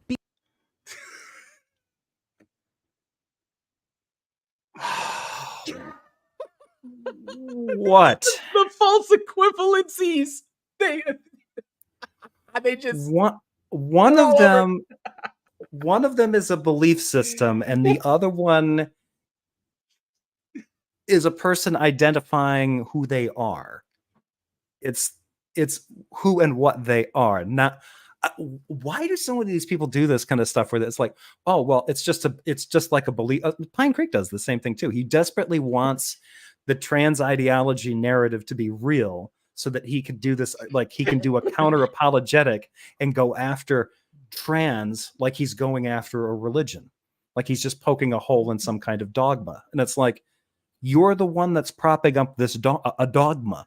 If you started all motivated by the idea, the false idea, the deranged narrative that there is such a thing as trans ideology, and every decision you make after that pivots on that central thing, you have to hold that. And it's just fundamentally not the point, not the case. And she just tried to conflate Christianity with trans identity, with gender identity.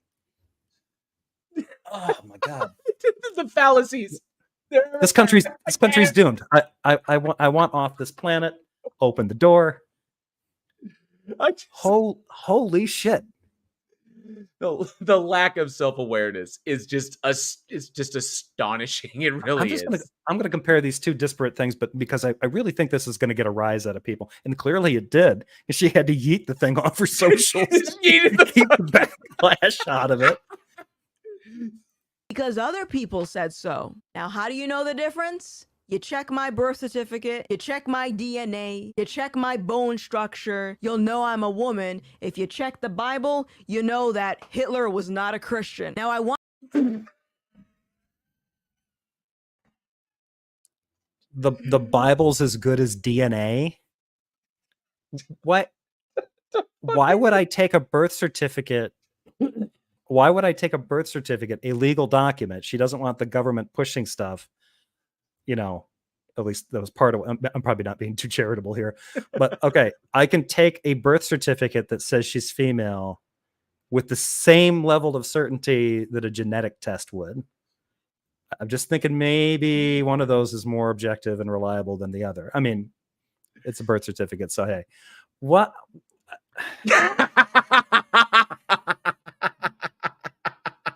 You can't rely on these people to tell you what they are, but you can rely on other people to tell you what I am. Like, what? You did just... Is it just me, or did she just like completely like face plant on that comparison? Like, that's so fucking weird.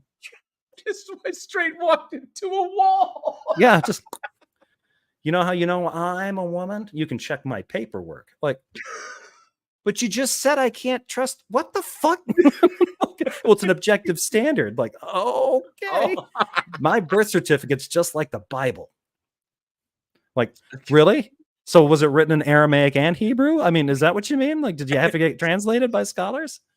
Is there a Greek section? Did a king come in and rewrite it so he could justify his own divorces and shit? Can he? I wanted to confirm your gender with your birth certificate, but I had to take it to a Strong's Concordance to get all the ancient Greek sorted. The fucking fuck is she doing? Timo Casella, my brain hurts. I tell you, dude. I'm starting to think she just pulled this video because it's incompetent. I'm thinking like the backlash was like, this is fucking stupid. Check yourself. Or check yourself into a facility, if you know what I mean. Like, get help. I want you to imagine for a second if there's someone else in a position of power or influence at this very moment who's also using God as a means to conceal their true motives. How would you know? A man and a woman. Sometimes you gotta open up the Bible to know what you're looking for. So again, she is not. Go ahead. Sorry. No, go ahead. I was saying she has not read the Bible in its entirety. No. And that's what we want. So if rather than just being like, okay, I've made this a general rule. If somebody tells me that they're of a religion, I don't really have much reason to think that they're lying, because the basic that why would you lie about that?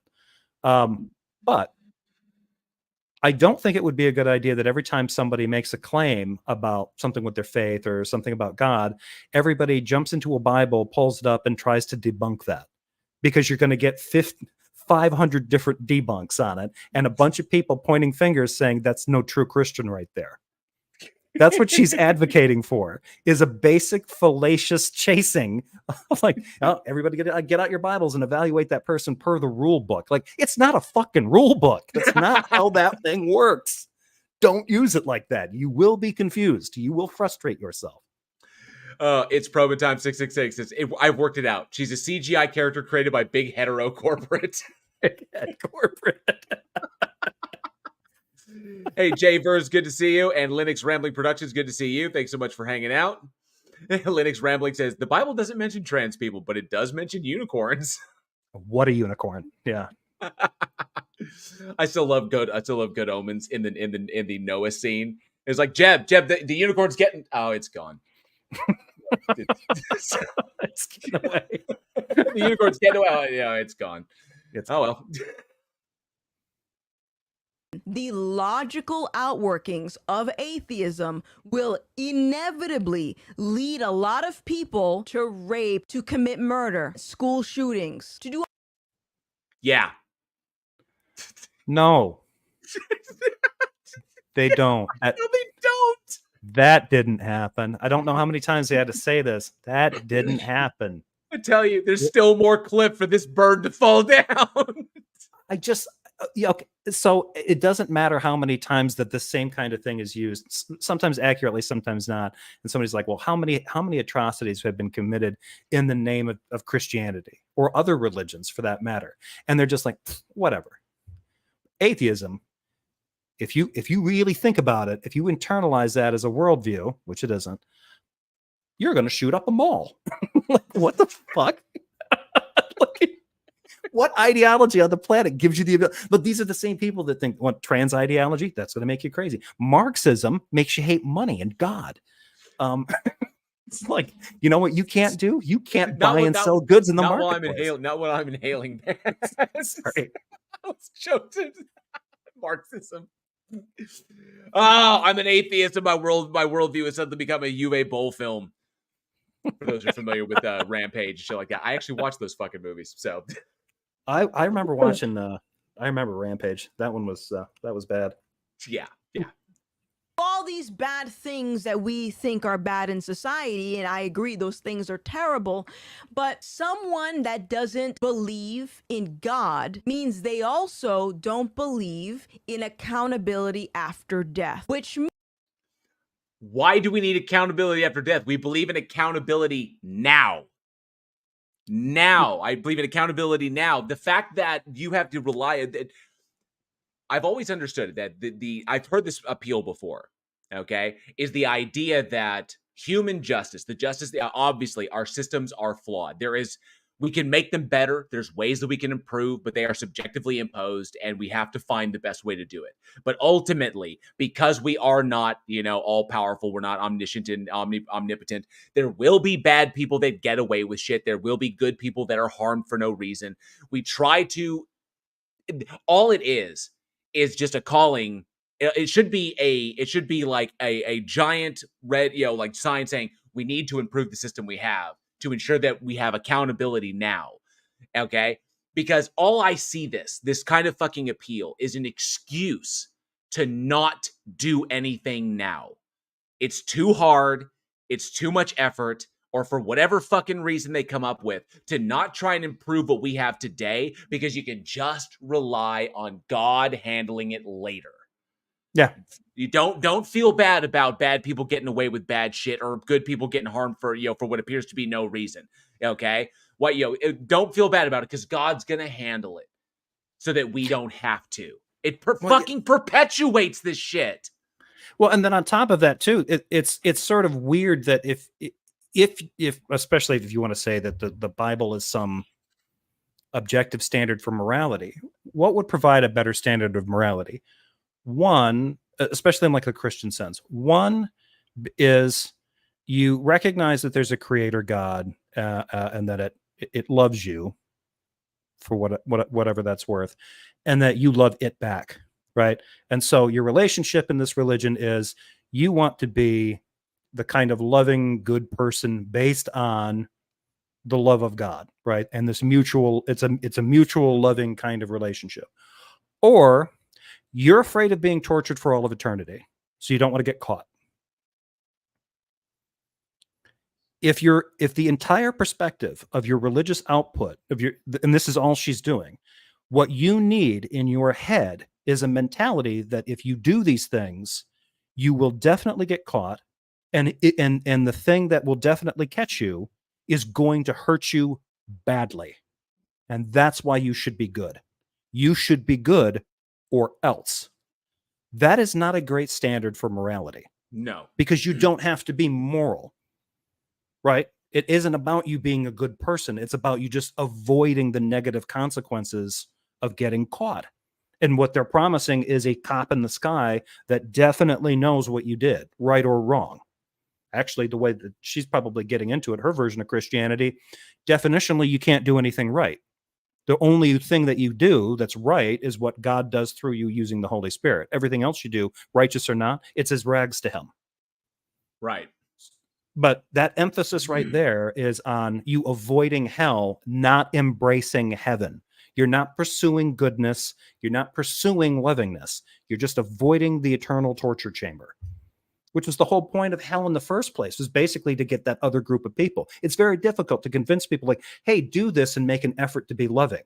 And then some of them are like, nah, miss me with that shit, bro. I'm like, oh, okay, hang on. We need something else. We need another hook. If you don't do it, you'll be considered bad and you'll spend eternity being, fucked to death by fire. Oh, shit. I better shape up then, huh? Like, it's basically just a way of catching people coming or going.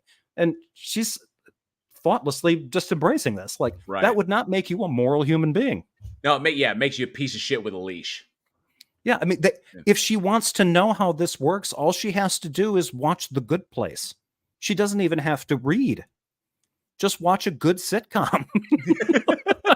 It deals with questions like this and moral philosophy. Like, if you're just trying to avoid, getting hurt, that doesn't mean anything about you being good. Joshua Lee says, jail, we don't need fuel to get to the moon, Mars. Her leaps in logic are more than enough to get us there. Absolutely. And Raven Darkstar says, stop calling him God. His name is Chuck. We got a supernatural fan in the house. Absolutely. Chuck's a better name. Chuck is a better name. Means that the things you do here in the now, you could potentially get away with it and you don't have to answer for it, which I mean is true. There's a lot of murders that happen around the world all the time, and a lot of them go unsolved. Shouldn't that not be incentive that we need to improve our system in order to find a way to make it equal for everybody, maintain people's freedoms, and ensure that people can't get away with shit? I mean, that should be the incentive to make this place better for the future generations that will live here. maintain our freedom and our security. Find a better way to do it. Okay? Not sit back and fucking just, relax and let immoral people run around with that leash on them. There are people out there that literally have told me they don't do horrible shit because they believe in a God. And I'm like, Right. for fuck's sake, don't stop. I'm like, Journey, man. Don't stop believing. Yeah, whatever you do, don't. Don't. But I'm always saddened by that, because that's the thing that they think is beneficial about it, and they tend to put that on other people, kind of like what she's doing. I'm like, man, if it weren't for that, I would, if there weren't God, if there wasn't the idea of some kind of eternal consequences for the bad shit that I do, I'd do all the bad shit that I wanted. Apparently, I mean, could we say that? I don't want to like put words in her mouth unless it's like that, but I get that vibe.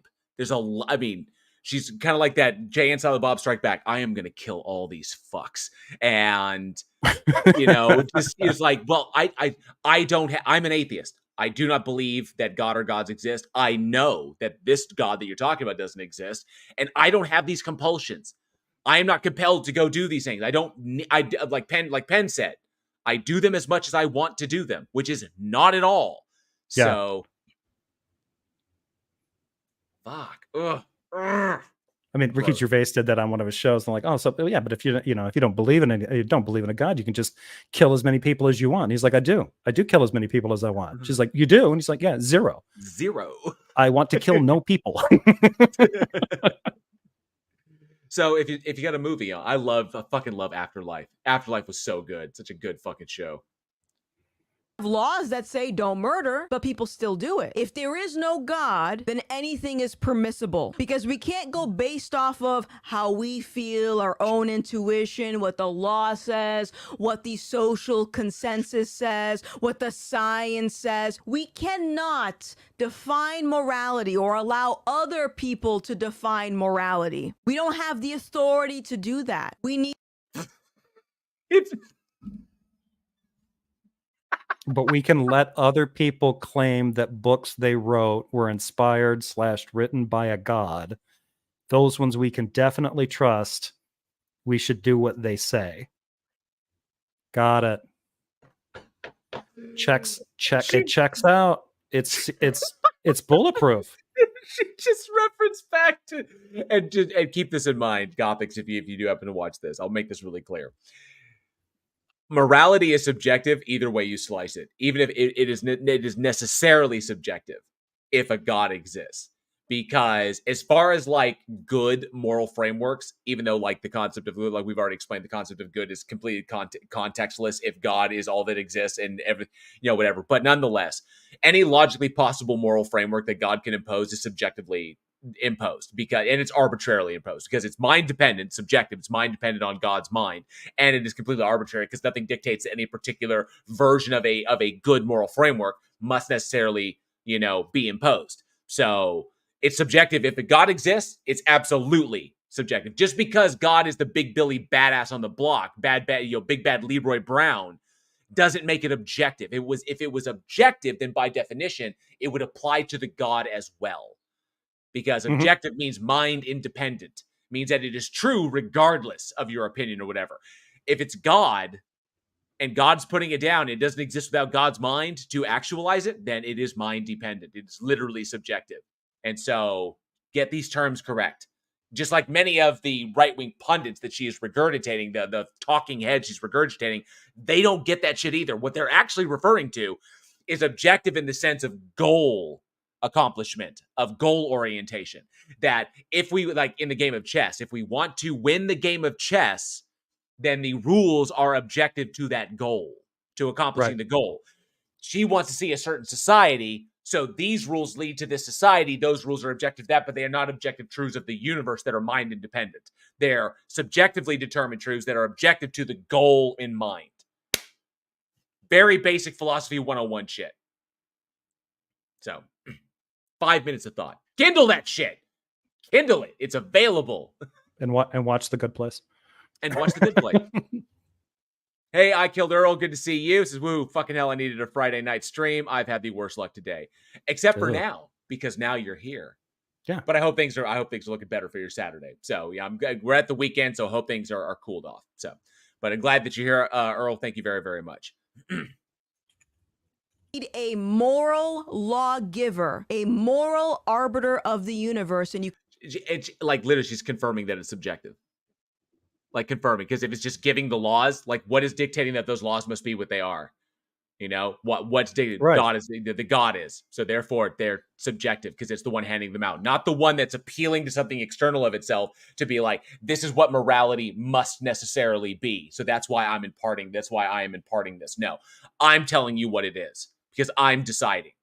That's the definition of subjective. That's for you. That's for you, Gothics. can only get that from God. No, I can get my subjective morality from myself. I can. And I think that was Grandma's it. I'm going plan. to jump ahead because I think this is The just like... communist is thing who may Oh, wait, no. We got to... have enough exploit, fine morality.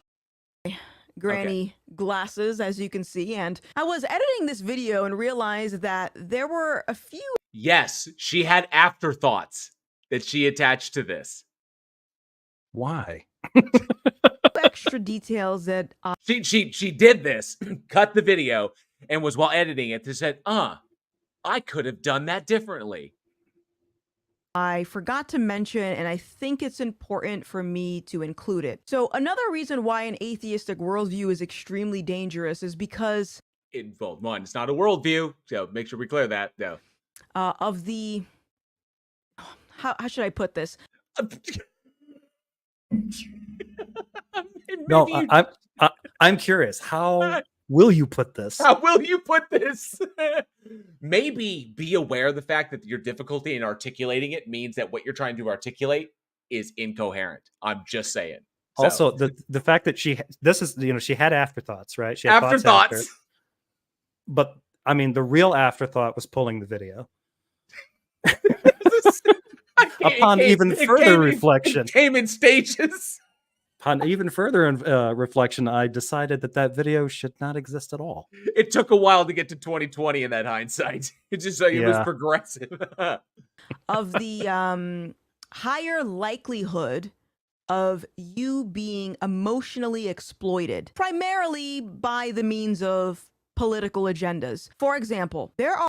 So if you're an atheist, you're more likely to be emotionally exploited by people with agendas. Is that where she's going? Okay. There are a lot of people who believe if we don't switch over to green energy, we're all going to die in like the next 12 years. 12 minutes. It's hot now. She did that video and she hit every button, but she forgot the key that said climate change. Oh, I missed the climate change thing. I got to go back and cover that. Who would be willing? Are her talking points a bingo card? I was about to say we need the alt-right Christian conservative bingo card. Oh my god. Okay, so climate. It's not important. Let's see what else she says. There's people legitimately in hysterics because they don't believe in life after death. They believe that what's happening right now is the most important thing to them. So naturally, these people would feel more inclined to support certain political parties or Okay. Yeah. We shouldn't be alarmed. We don't need to fear anything in terms of human extinction brought about by climate change that we've wrought. But we do need to be really, really worried and scared of abortion. The souls are getting relocated to heaven. So it's okay for her to be hysterical and conflate that with child sacrifice. If I'm concerned that our actions are making the planet that we're supposed to be stewards of, according to the Jesus manual, she calls the Bible, we don't need to worry about anything because we get to go to heaven. Because that's it's same the fucking mentality of people in Congress who reject or fight against climate change legislation, progressive climate change legislation because they believe Christ is coming back in their lifetimes.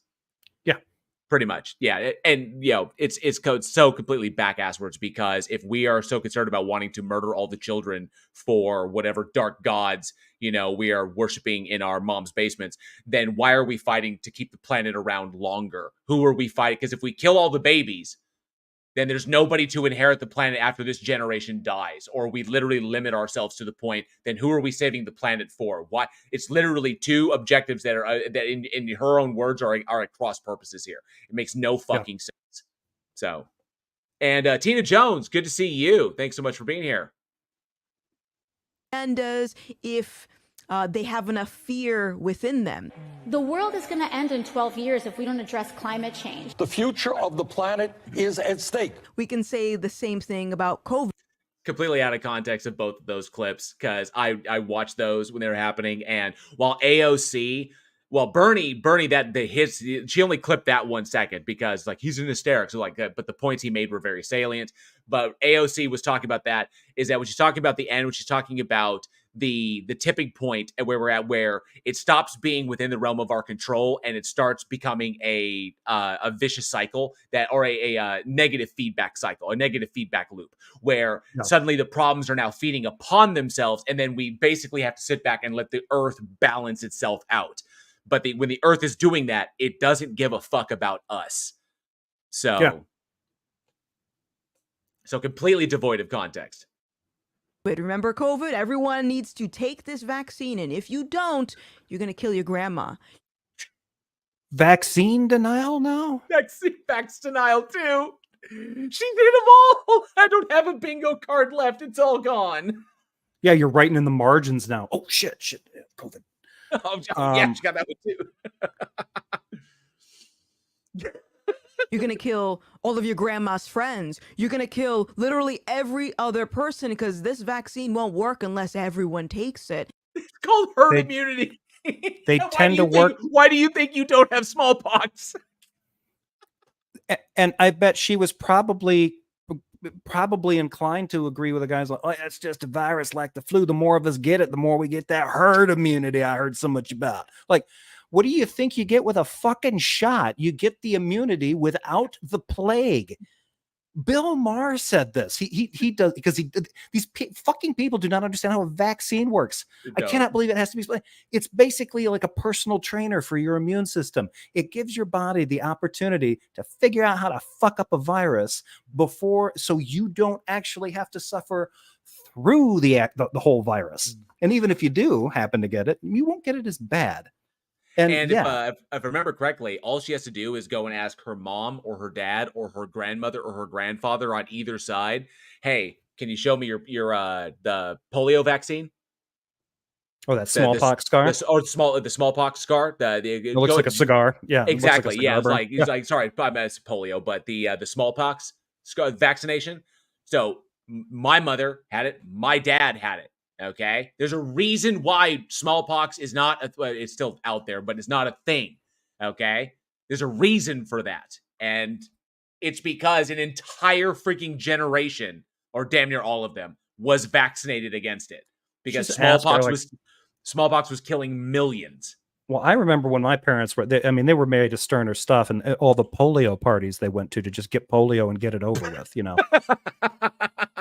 I mean, good Lord, she's just trafficking in every ignorant talking point, I think, because she wants to. Like, oh, remember when they said that? No, I remember that they said you should get it because your grandmother may not be able to handle the shot. So maybe do your part if you're healthy enough. You get that injection, you get those shots. That way, hopefully, you don't contribute to the risks of her contracting it. She can't get immunized. You can. So if you care about grandma, maybe stop being a baby and go get a jab. Yeah. And then they'd be like, no, I'm not doing that because of the mRNA technology. Go get the bitch ass Johnson & Johnson one. I mean, it's feeble as fuck, but at least it's something. Because if you understand Gothics, as people get older and their telomeres get shorter, you know, immune systems begin to not work like they used to. Okay, you notice how that happens to old people. Their bodies begin to break down with age.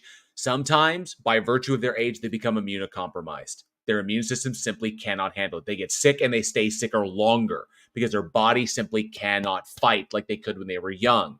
So because we couldn't, we needed to get vaccinated for them, because the risk, that's why the elderly and the young were the most at risk.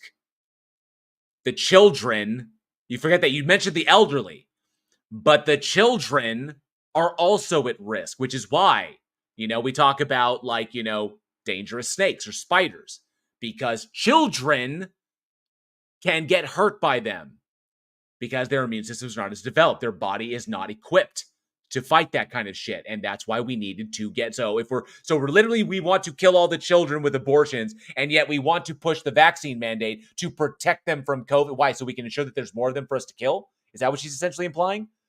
Probably. That we don't want COVID taking our sacrifices? Is that the whole issue? Fucking COVID? What the hell? COVID was given to us by God, and God decides who lives and who dies. And who are we with our uppity science to just go sticking cures in people's arms or and immunizations and treatments and stuff? You're just getting in the way. Remember, there's an afterlife waiting for you. Why don't you speed up your trip here on Earth? just rampant and just escalate that shit. Okay, Gothic, you're talking about accelerating towards a red light that's actually hanging on a brick wall. Somebody else. So Duckner said, Bridge Divide, none of this was mentioned in the Bible. True. Yehooligan says she's about to say the earth is flat. She just might. Yeah, that was so out of left field. Absolutely. There's still time. Yeah. And still time in it. Jester Lord of Fools, good to see you. Probing Time says polio was wiped out too. Absolutely. And Dr. Nimrod says, I have 3 of those scars, as do most Irish people. There you go. And Icarus says she is condensing the whole right-wing Telegram space into one video. She absolutely is. If you listen to the media and people in the White House or just politicians in general, you'll hear a lot of anti-Christian rhetoric. You might hear things like Really? Christian extremists or... So there's no such thing as Christian extremists. That's what is it wrong if they're talking about something that actually exists? I'm starting to break down. My immune system is breaking down. I'm aging faster, being exposed to this nonsense. Exposed to it. They'll talk about Christian nationalism and they'll put that on the same playing field as the Ku Klux Klan. It is. It fucking is. I mean, they were an extremist group. They were an extremist Christian group. The Star Wars, the new Star Wars show, The Acolyte. It's got on the O. It's got the two O's, overlaid on top of each other. That's the Venn diagram actually comparing KKK with Christian nationalism. That's how much overlap there is. What in the hell is the matter with this These person? were her afterthoughts. Yeah. Oh, by the way, climate change, COVID. I don't have time for any of this tomfoolery.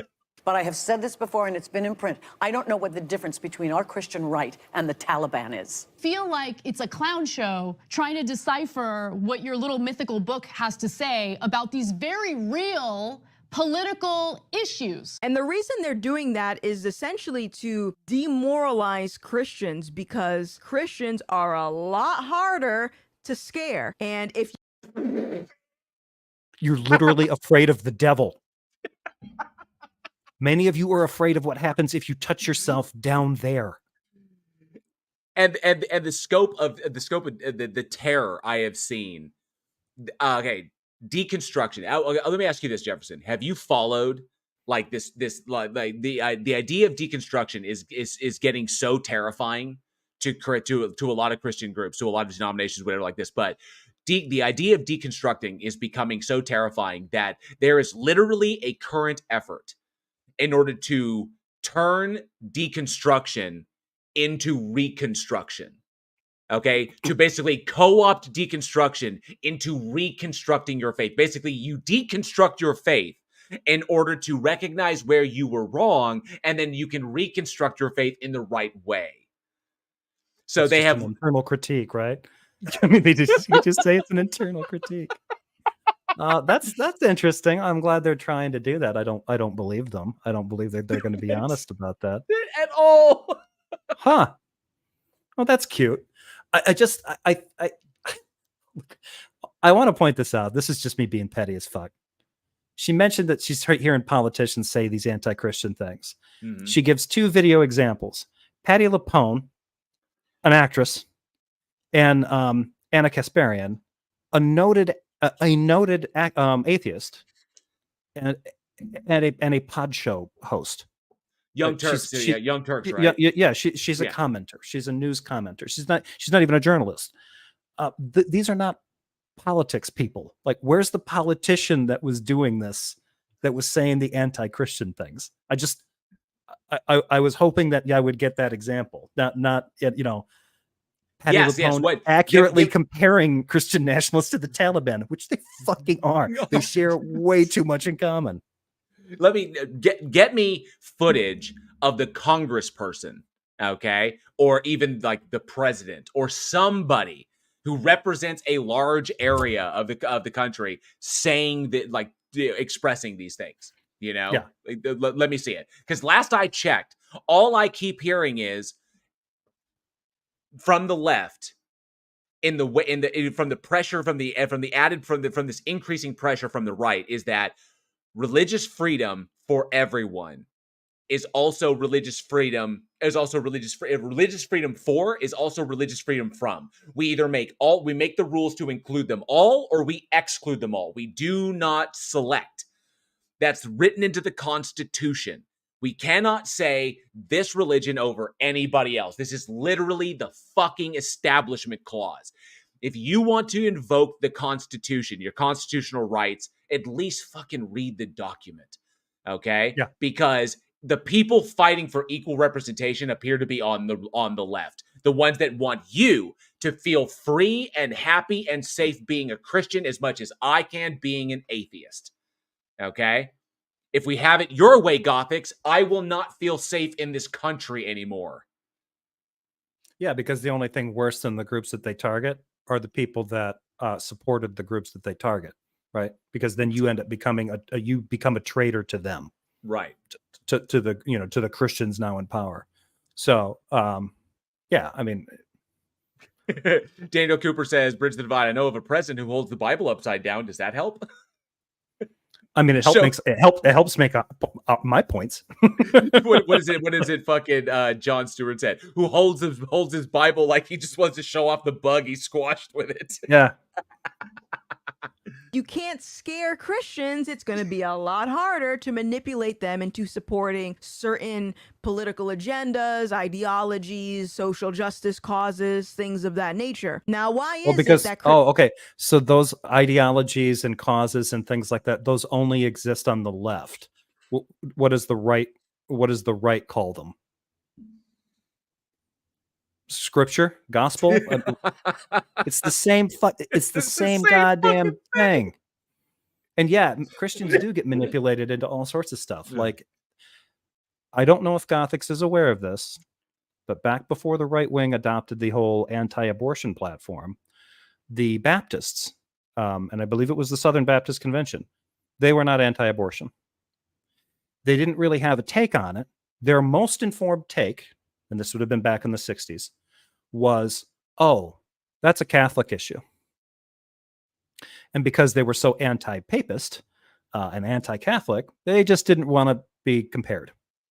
It was with the manipulation of a lot of political agitators that were looking for a new social outlet, a new one to really rile up the base.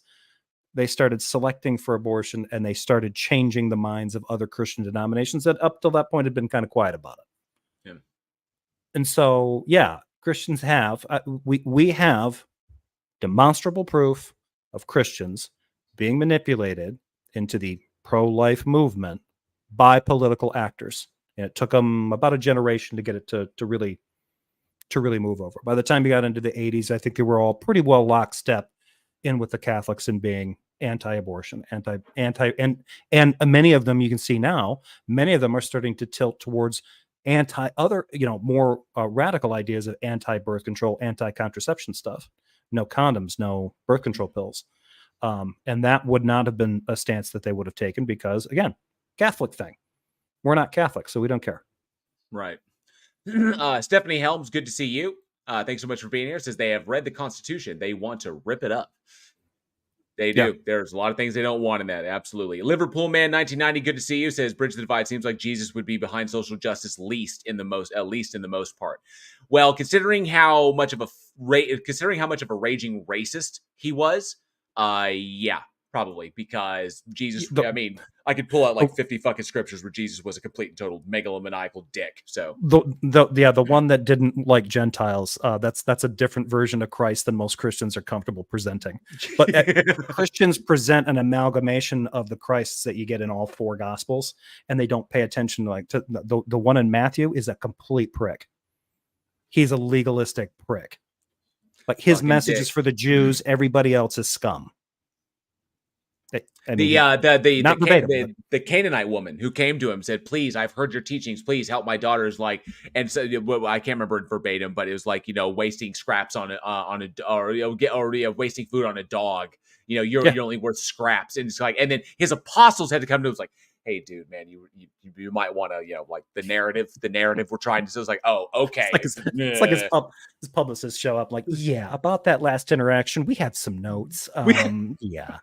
So the poll numbers are not showing very well. Yeah, not doing so great among single moms. Just saying, the way you treated that one is terrible.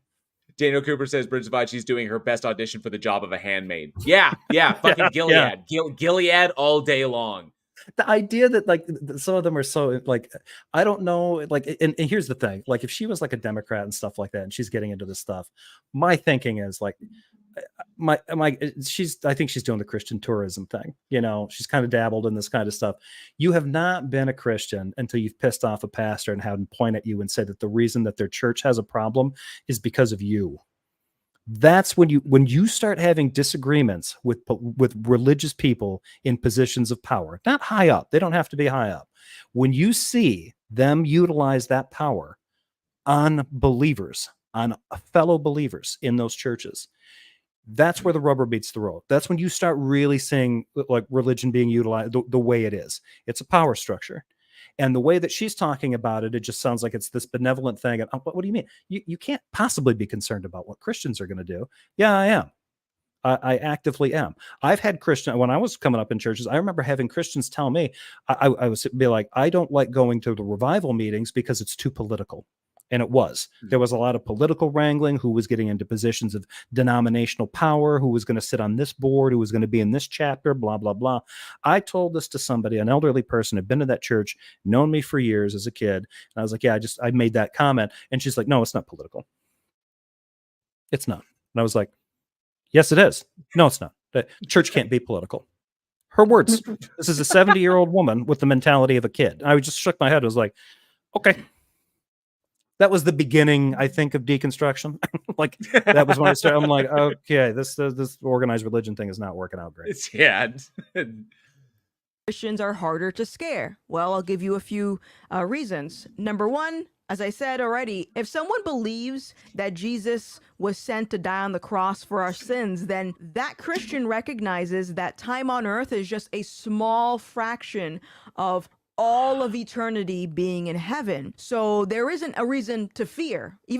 Actually, go ahead. Not all Christians believe in heaven. Some believe in annihilation.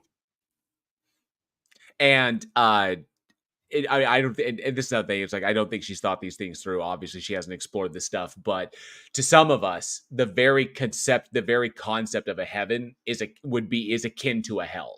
Because if you start trying to like deconstruct what heaven is, like what is heaven? Okay. And this is really, really important. This is actually a conversation that I actually wanted to have this conversation with Mindshift at one point. I was like, at Mindshift, I think that Brandon and I could have a really interesting talk on this. I know that we can as well. But the idea is that the idea of a heaven being this eternal state, meaning time is irrelevant because it's eternal.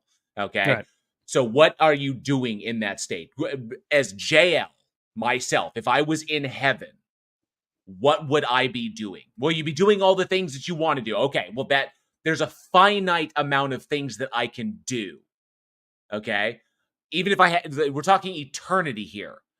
On an eternal time scale, everything reduces to zero because what are valuations? in the face of eternity? What is ethe or anything in the face of eternity? Because everything is every timeline, everything is reduced to zero because it's the same. It is literally an eternal static state. Now, what am I doing up there for eternity? What am I doing for the first septillion years? Okay. Now, then you have to look at what. Then you have to like adjust your thinking of what heaven is. Oh, well, heaven is just like this eternal state of bliss. Okay, so I'm just an entity with the bliss meter cranked up to 100, and I'm just blissed out all day long. So literally, heaven is a perpetual heroin trip, or orgasm, or orgasm. So is that? I mean, but that's me in that state. That's not me. That's me with the bliss meter turned up to infinity. Yeah. That's not JL. That's not me experiencing anything. That's just like one aspect. Okay. In order to make heaven a heaven, it'd have to be like this idea that I can be a part of it, you know, which is why The Good Place, so important. Watch The Good Place, Gothics, if you haven't had the opportunity, because the whole ending of that, I'm not going to spoil it. The whole ending of that was very, very important. So what am I doing there? Okay. And here's an idea. If I love people in this world, but they're atheists, can heaven be heaven for me if I know they're in hell? Oh, well, then you don't know they're in hell. Well, then where did they go? Oh, well, you won't remember them. So you're taking away my memories to justify, to literally make my time in heaven bearable. So you either have to strip something from my identity, strip something from my personality, strip something, you have to strip me away in order to make me compatible with heaven. So in essence, it's not me that goes there, which ostensibly would mean it's also not me that goes to hell. Because what is really hell? Because if I'm in hell, but I know that my loved ones are in heaven because they were saved, then at least I can hang my hat that the people that I loved and care about, they're okay. Oh no, the pain will be too overwhelming. You won't be able to think about anything else. Really? So then it's not me.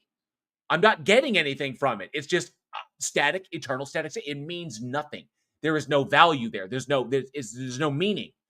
It's incoherent. So not go only ahead. not only that, she's not taking into account that, like, you know, people that believed in this kind of stuff back then, the idea that you're running around in a meat avatar, and then when you die, your soul goes to a good place or a bad place, is a Greek idea, right? I mean, that's a Greco-Roman Hellenistic kind of concept. There's other religions don't believe that. Salvation would be like a bodily resurrection where you're made perfect. Paul believed that, and I think early Judaism they did as well. There wasn't necessarily like a soul that took off. That philosophy was, you know, kind of mixed in with things later on. So she's just talking about, you know, a kind of version of you know, not even really an eschatology, but it's just sort of what you get out of cultural Christianity, like the idea, like there's a soul and you go to a good place or you go to a bad place and you bypass your meat suit, and then you get to live in a heavenly paradise. And it's like, as what? Like as a ghost? Like, what am I doing up there? Do I have free will? Like, is it all cocaine and hookers up there, or are those all in hell? They can't be, because I loved those things here. I thought I had to get all of them. The other thing too would be like, how do you do anything in an eternity? Like, because like the ontological thing, like what would be a paradise? Well, I get to do all the things that I love simultaneously, because if you have two different versions of heaven, one allows you to do all the things that you love, but like your limitations here, you can only do one thing at a time. Maybe you can multitask, you know, play guitar while you cook, something like that. But you're still limited to your basic experience. Right. Or if you could imagine a heaven where you get to do everything that you love all the time at the same time, they would probably be like, oh, well, that just sounds insane. Like, both sound insane. You're living in an eternity. Both are insane. You're living in an eternity, and then trying to say that there's no you're going to be there and you don't change. You don't change. You don't grow. You don't learn. You're just perfect. Like, why would you want that if you're perfect and just go like? So you're not going to strive to do anything anymore? Yeah, it's like if I can't do it, if like I think so two things. Left-Handed Jedi brings up in the Jim Henson show, The Storyteller, the soldier in death address heaven. And by the way, if you have never watched Jim Henson's The Storyteller, it is currently on Tubi. It is free. Go and watch it. It's fucking amazing. John Hurt as the storyteller, magnificent stuff. I haven't seen that show in years. Yeah, Okay. free on Tubi right now. You can just throw it on and let the whole thing play. It's fucking amazing. And they address why doesn't Disney Plus have that on there? Like, fuck if I know. And Left-Handed Jedi says, in heaven there is no memory, and that's essentially the idea. An aspect of myself is taken away. Because who am I if I am not my memories, if I am not my thoughts, if I am not my identity? If you have to take those, like, my memories inform my identity, they inform who JL is. If you take that away, then I'm no longer JL. So that's that's that. And then it just reminded me of, like, well, what is heaven? The Twilight Zone, where every pool game, every ball goes in the hole. Every hand you get is a royal flush. Okay. Well, there's the afterlife in What Dreams May Come. Was essentially that you chose to be reincarnated, so you could repeat your life. So you could go back and do it again, and you could repeat your life. You could and do things differently or do them the same. Yeah, you basically get to do it all over. And I love the Twilight Zone one because he's kind of like, because he's in the posh suite, hot women and that always want him, and pool game he wins with one stroke, and every hand of cards he wins every single time, and it's like it's eternity. He's like, oh no, I don't like this place. I think I want to go check out the other place. What do you mean? You're in the other place. I then credits, and I'm like, so I love that shit. Fucking Twilight Zone is great. Oh, and Prosthetic Head said something. I should have started Prosthetic Head. You said something really, really great. And I know I missed it. I let it slide by. I think it's you could do everything and anything and transcend into nothing, which would become hell. All right, let's see here. Even though things are really bad, there's no reason to fear because we recognize that the battle's already won. The other aspect of this, why the government wants to demoralize, and not just the government, the media too, and celebrities, influencers, you get what I mean. Just excuse yourself from like the human race. Why don't you? At this point, you're an influencer, for God's sake.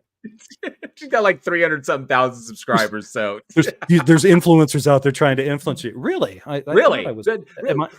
Really? Am I? Tell me more. Am I in the influencer free zone? I didn't realize that your subscriber count indicated that you were something different.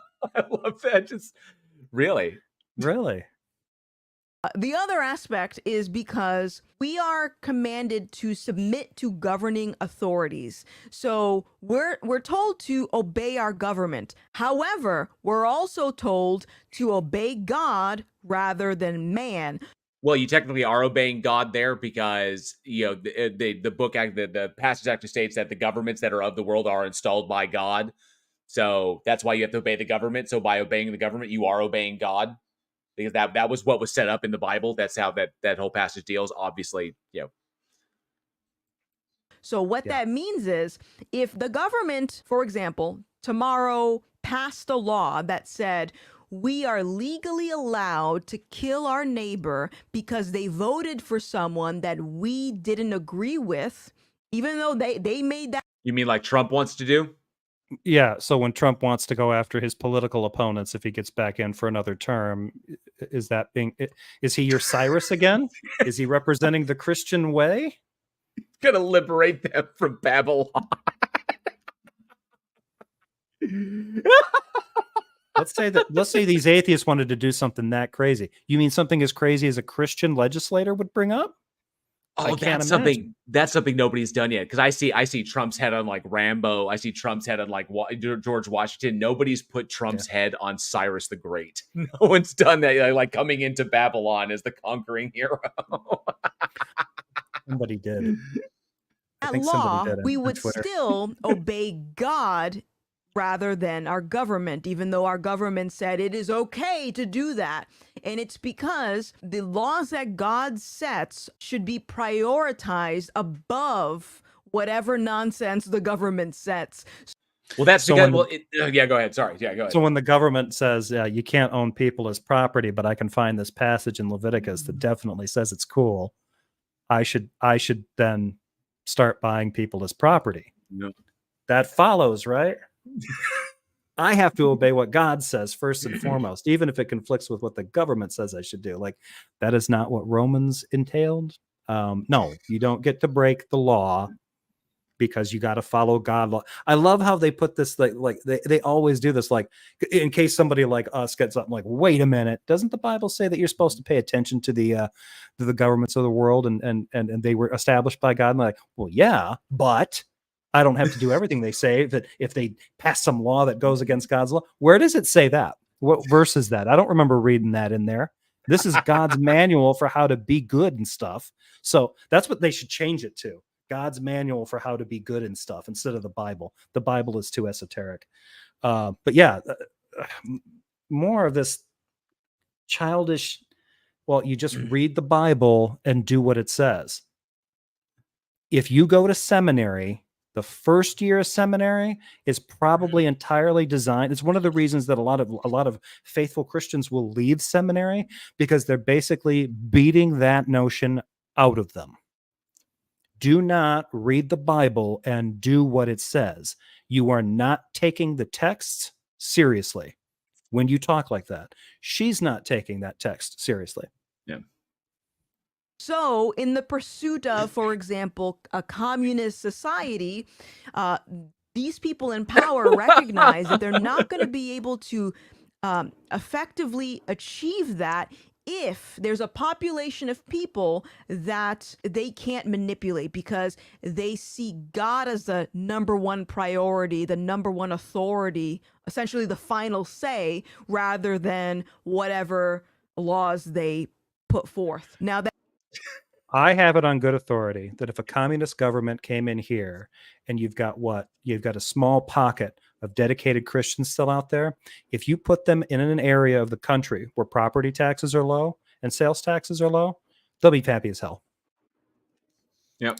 Because the Christians here are aligned with right-wing ideologues, and the biggest thing is the only thing that they want to pay the government for is soldiers and soldiers. Yeah. Go into any one of the living rooms. Go into any one of the living rooms. It's fucking Christ and Reagan. and they're not holding hands. They're actually joined. One of them is holding the barrel of an AR-15 and the other one is holding the butt. That's what joins Reagan, and is a beautiful AR-15 of justice. Liverpool Man says, "Yeah, ignore the people who actually exist and bring facts and just listen to a 2,000-year-old book whose character hasn't been proven to exist." I mean, if you have to compare the two, I mean, like, well, let's say complete fantasy or this hard stuff of facts and figures. Let's go with fantasy. You know, feelings don't care about your facts. Feelings don't care about your facts. Yeah. I love it. That one of the rallying cries is facts don't care about your feelings, but all of this is predicated on my belief in the Bible, baby. It's pure vibes.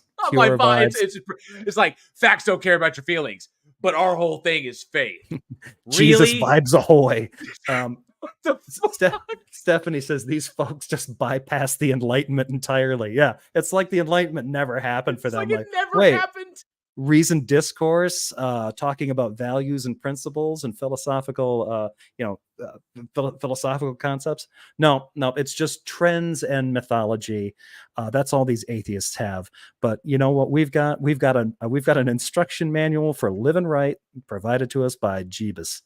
Like, no, you don't. From the human avatar of a metaphysical entity. You know, God wrote a book, right? That didn't happen. Oh, let me see. Javer says, "Trust me, they don't want to pay for the soldiers either, especially not mental health care." That's true. They just want cannon fodder. That's what they want. They want cannon fodder. It isn't to say that we shouldn't watch out for one another and we shouldn't do the right thing. But again, what are the standards for the right thing? Who makes those standards? We do. Ooh. Yeah. Like, I don't know anymore. I don't know. It was all the people that wrote those books. Reading recommendation. Oh, go ahead. Yeah. L. Ron Hubbard. I'm going to take a wild guess. L. Ron Hubbard made the standard. Fucking Thetans. Thetans. Just the Thetans all. I can feel them crawling under me. I can feel them crawling. A recommended reading Gothics if you have it, even though you may not agree with him in all strokes, but recommended reading The Moral Landscape. Okay, Sam Harris is The Moral Landscape. You may not agree with Sam Harris on all points, but it doesn't matter. He breaks down the whole idea between what is objective morality and what is morality in the idea of objectively trying to accomplish tasks, which is in increasing well-being, increasing and decreasing well-being. If that is the goal, to increase well-being across the board for everybody, then these are the objective things that we should adhere to in order to do this, because the evidence shows that it works. That's the point. Okay? Like vaccines. And reducing pollution so that our environment doesn't actively kill us and choke us to death. Or burn us to death. To death. You don't have to worry about that because you're going to heaven. You have a soul that's immortal or something. Like, what the fuck does that have to do with it? It's 102 degrees in Maine, lady. Maybe we need to stop burning dino blood. I understand that there's this whole heaven thing, but I'd rather not live my final years with a liver chock full of fucking microplastics. That's just me. Yeah. Call me crazy, but I don't want to be burping up pet bottles when I'm talking to St. Peter at the pearly gates. Like, yeah, you guys really fouled it up. Did you guys not get the addendum that said that you were supposed to be good stewards and take care of that place? It's a real dump. Like, yeah, well, some of us disagreed on what that meant. I've been using that more often. Whereas these are really more like conditionals instead of universals. They really are. Yeah. They really are. Well, some of us Christians thought we needed to be good stewards and not pollute, and others thought that it was licensed to churn and burn through all natural resources. We stewarded the fuck out of that planet. It's like a fucking Warcraft map, just stripping it of everything it's got. That's the Christian stance. Must create more pylons. It's like Mr. Burns' net. It scrapes the seafloor clean. Monstrous. Must build additional pylons. He just turned it into what? Pet food? Was that what it was? It was like environmentally friendly. He's just captured. Like, there's a fucking whale in it. On everything. It just grinds it up. Yeah, guys, that was really the extra stuff I wanted to include in this video. I hope it's helpful. It was. It really wasn't. It didn't. It raised so many more questions. Like who specifically are you ripping off? Because these aren't deep points. She just used her giant net to scrape alt-right media so she can get it just grounded up and then she used no discernment at all. She just looked at it and was like whatsoever. the twine that goes from climate change to communism back to trans people straight up to Satan. Like, okay, where are you taking us again? And all I'm hearing in my head is Rametep. Like, that's what I think when she says atheists or left-wingers. I think that's what she's picturing in her head, like helmet wearing, robe festooned, chanting weirdos in cults. If you still watch this and you still have questions, leave them in the comment section below. What comment section? I forgot for a second that it's no longer online. I guess I'm going to post my questions to her as they come on your video. So if you see them and they're like, okay, Gothics, explain to me this. Like, you can come in and respond. Jefferson, you were there. Do you not remember this? Like, yeah, but I have questions. I'm hoping she sees this. So many. It's like, who's... May not have all the answers, but I'll try to find out the answers and get back to you. But you did it. You said all the answers. You implied with the entire video that all of the answers are in the Bible. It's our moral standard. Oh my God. The Bible answers all of it. All of it. Genesis to Revelation, baby. if that was your whole, you don't tell them like, oh, if you've got questions, I'll do my best to answer them and I'll look them up. No, dingbat, tell them to read their Bible. Bible that shit. It's God's manual. And if you can't find one, Kindle it. Kindle it. Kindle that shit too. Kindle that Bible. Kindle it up. And there are a lot of believers out there that are willing to engage in this type of dialogue. I think the worst thing that you want to do is shut out the conversation simply because you disagree with it. This isn't a dialogue. It's not. It's a laundry list of worn out conservative tropes. Oh my God! Like, does she not understand? Like, this is not a dialogue. You came up like. She does realize that by removing this completely from the internet or from any of her socials. It's not removed from the internet because I've put it back on the internet.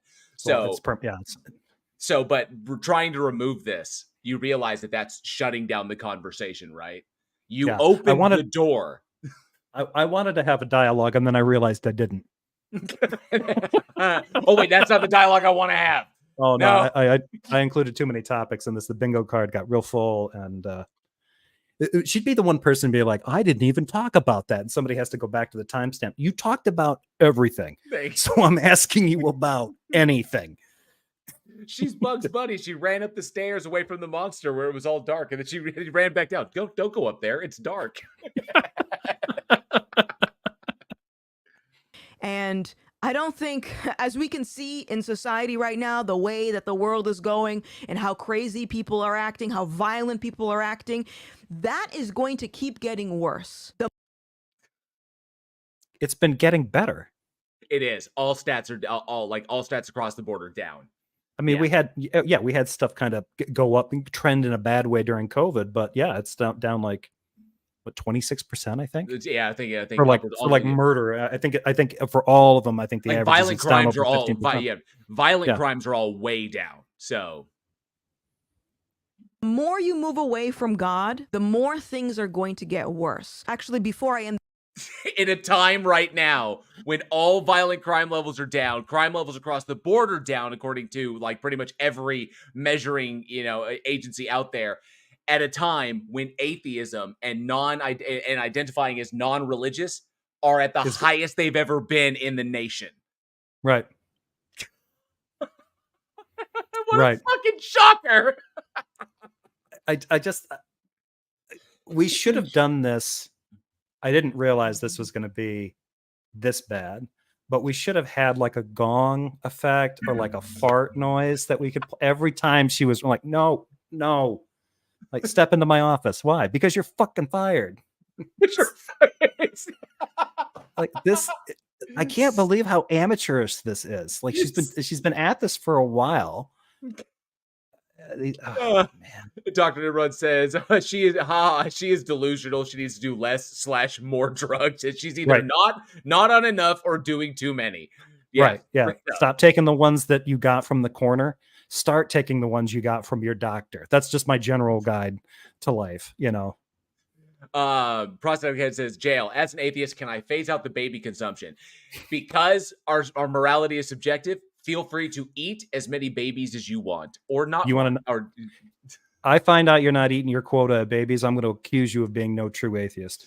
I'm not. I will not hold you to that standard. But then again, like I said, it's subjective. So you're on notice, prosthetic head. I'm starting to suspect there's a wolf in the fold. There's a wolf. There's a wolf. There's a Christian in atheist clothing. Like, what do you mean give up on baby eating? What's the problem with it? Don't you like adrenochrome? If I don't see you at the next monthly meeting, we're coming to your house. No true atheist would turn down adrenochrome. No true. No. The video. This is a good point. I hope you have one. There hasn't been any. A lot of people say God doesn't exist because if he exists, then why do all of these bad things happen? This is Jim Bob. Why bad thing happen? Good people. But she said this is a good point. Just end it there. She said it was a good point. Don't let her finish. I'm glad you agree, Gothics. Shut it down. Shut it down. Okay. Yes, we will save it for you, Gothics. We'll save it for you. Oh, fucking Fixed hell. it. What is she going to follow up it. with this? I think I know where she's going to go, but I don't want to predict. It's not that God is allowing bad things to happen, okay? It's the fact that we have the free will to do whatever we want. And the further we move away from God, the higher likelihood of bad things happening. No. No. If you were saved by Jesus, you could spend the rest of your mortal life. She was just talking about, we don't need to be alarmist about climate. Your life here could be a living hell, but you're a Christian and you can rest assured that your soul goes to the good place once you expire. Which, because the place is a hellhole, you're probably not going to have to suffer for very long. You're gonna check out quicker rather than later. But now she's trying to say, like, well, the more you move away from God, the worse it's going to be for, like, no. Explain Jeffrey Epstein. Just explain that. He had a pretty good life, according to him. I think it was boring and stupid and obviously disgusting. But he had a pretty good life, and he had people around him that enabled him. And others, and I just caught that. Sorry, that's just I heard that. He's on video with him. You know, he wasn't doing the dance yet, but he was. You know, might as well have been. Oh my God! So the other thing that I think is weird about this is that what she's doing is a really, really superficial way, and it's a way that you can tell somebody's not probably all that great. Somebody's getting their Christianity purely from dogma. Modern Christians basically hold to two different concepts. One, Jesus died for you and you're saved, and that, you know, and your salvation happens, you know, you go to heaven, you go to hell, whatever, right? They basically believe that. But then they hold on to this Old Testament thing that if they don't live in a godly country, God will remove his hand of protection and allow all this bad stuff to happen to the country, just like it did with the Israelites. Not understanding that contradicts their belief in Christ's salvation. You don't have two covenants happening at the same time. And the United States is not God's chosen people. He's not interacting with the world that way. His revelation was the final testament, the New Testament, is that everybody gets salvation through Jesus. It's not based on nations. It's not based on a chosen people abiding by his laws and doing all the things that he set, you know, he wants them to do so that they're sacred and set apart from other groups. That was like, even Christians who kind of know this dogma will be like, well, that was an example. But now we're all chosen people. The chosen people are the ones who get the salvation from Jesus Christ. Christians have been keeping one foot in each testament in order to hold on to the things that they like. What she's doing here is basically a betrayal of basic kind of New Testament Christian ideology. But she's holding on to that one because she probably picked this up from pastors and stuff who want to think that the reason America is going to shit in their mind is because it doesn't have enough God in it. And God will allow bad things to happen if you're not doing godly things. That's straight out of Old Testament thinking. And that is not consistent with New Testament principles. So she's bad at being a Christian. She's fucking it up. Step into my office. Step into my office. You're not getting a promotion. You're getting fired. You're getting fucking fired. Dr. Nimrod says, baby meat is too fatty. I prefer older meat. More flavor. And that's as far as you should go with that content before you get to, before you admit to something. Daniel Cooper says adrenochrome. I assume it's adrenochrome. That stuff makes mescaline look like ginger beer. It's so true. Omega Weapon will be at the meeting with free coffee and babies. We do appreciate that. I Killed Earl says eating babies is a necessary part of my skincare regimen. That's how you keep that healthy glow. You know, healthy glow. Rasheen says, wait. What do you mean Jesus loves me? Did he say something to you? Oh my God, I'm freaking out right now. Tell me his exact words. He was passing notes in class, yeah. Daniel Cooper says you paused her on the size queen frame. Size queen. If you want, because there's shit on my screen. So if you want to grab that, because it's perfectly in focus. So if you want to grab that, feel free to. I mean, if I do it, it's going to be all fucked up. But if you want to grab that, in the spirit, highlight I Killed Earl's comment. My Jesus dick is this big. My Jesus dick is this big. But if somebody wants to grab that and then send that to me, grab that screenshot and send it to me, because I could probably use that for a thumbnail. If I ever cover her again, I may just use that all the time. Just may just use that. That may be my Gothix thumbnail image. Gothix is lying this much. This much.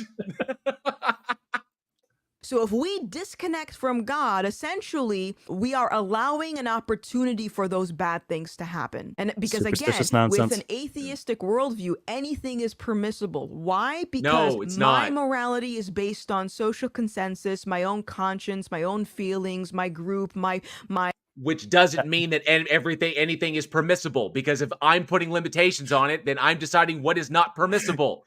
Clearly, there's things that are not permissible. Yeah, this is just basically failing some basic intellectual rigor here. Like, what? You just contradicted yourself in record time. In record time. I don't even think Darth has contradicted himself that fast. It's like, yeah. Fuck. My culture, my whatever. If all of these things that create a system that says what is permissible and what is not. And from that system created the books of the Bible. The books of the Bible emerged from systems just like this. God, you're gonna get thrown into the society that we have right now, where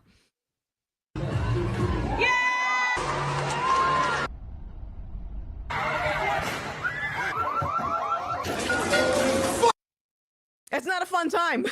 It's not a fun time. That's gonna be it for this video. Yeah, just random clips is taken from shit that people being violated. Twitter is XX is ripe with them. There are literally entire Twitter handles that are dedicated to scraping social media to look for video of people being stupid or crazy shit out there. So video, I hope you guys enjoyed it. If you did, do me a solid and hit the. We did. We did so much. I think we enjoyed each other's company. So we enjoyed your video. We enjoyed your video despite your video, Gothix. Holy shit! Well, you were right. That was actually that surpassed my expectations. That was truly terrible. I think everybody's a little bit dumber for having heard her do that. So I award you no points. No God points. Have mercy on your soul. Thank you, Earl. I got the email, and thank you to Skeptic Dank who sent it to me via Facebook. I do appreciate that. Appreciate that. Thank you very much for grabbing those, because I've got the StreamYard. I got the shit all over the screen. It'll look funky, so I appreciate that. Yeah, this is so. I'm glad that we got to do this, because I know I introduced you to Gothix just a little while ago, but with the still idea trying to figure out how I can get revenge. I'll think about it.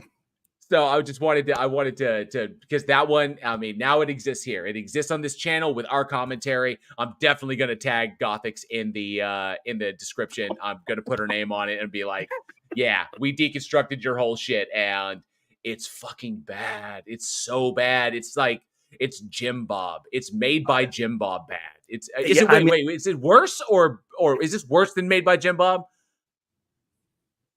Yeah. Oh, okay. Yeah. So worse than Made by Jim Bob. Okay.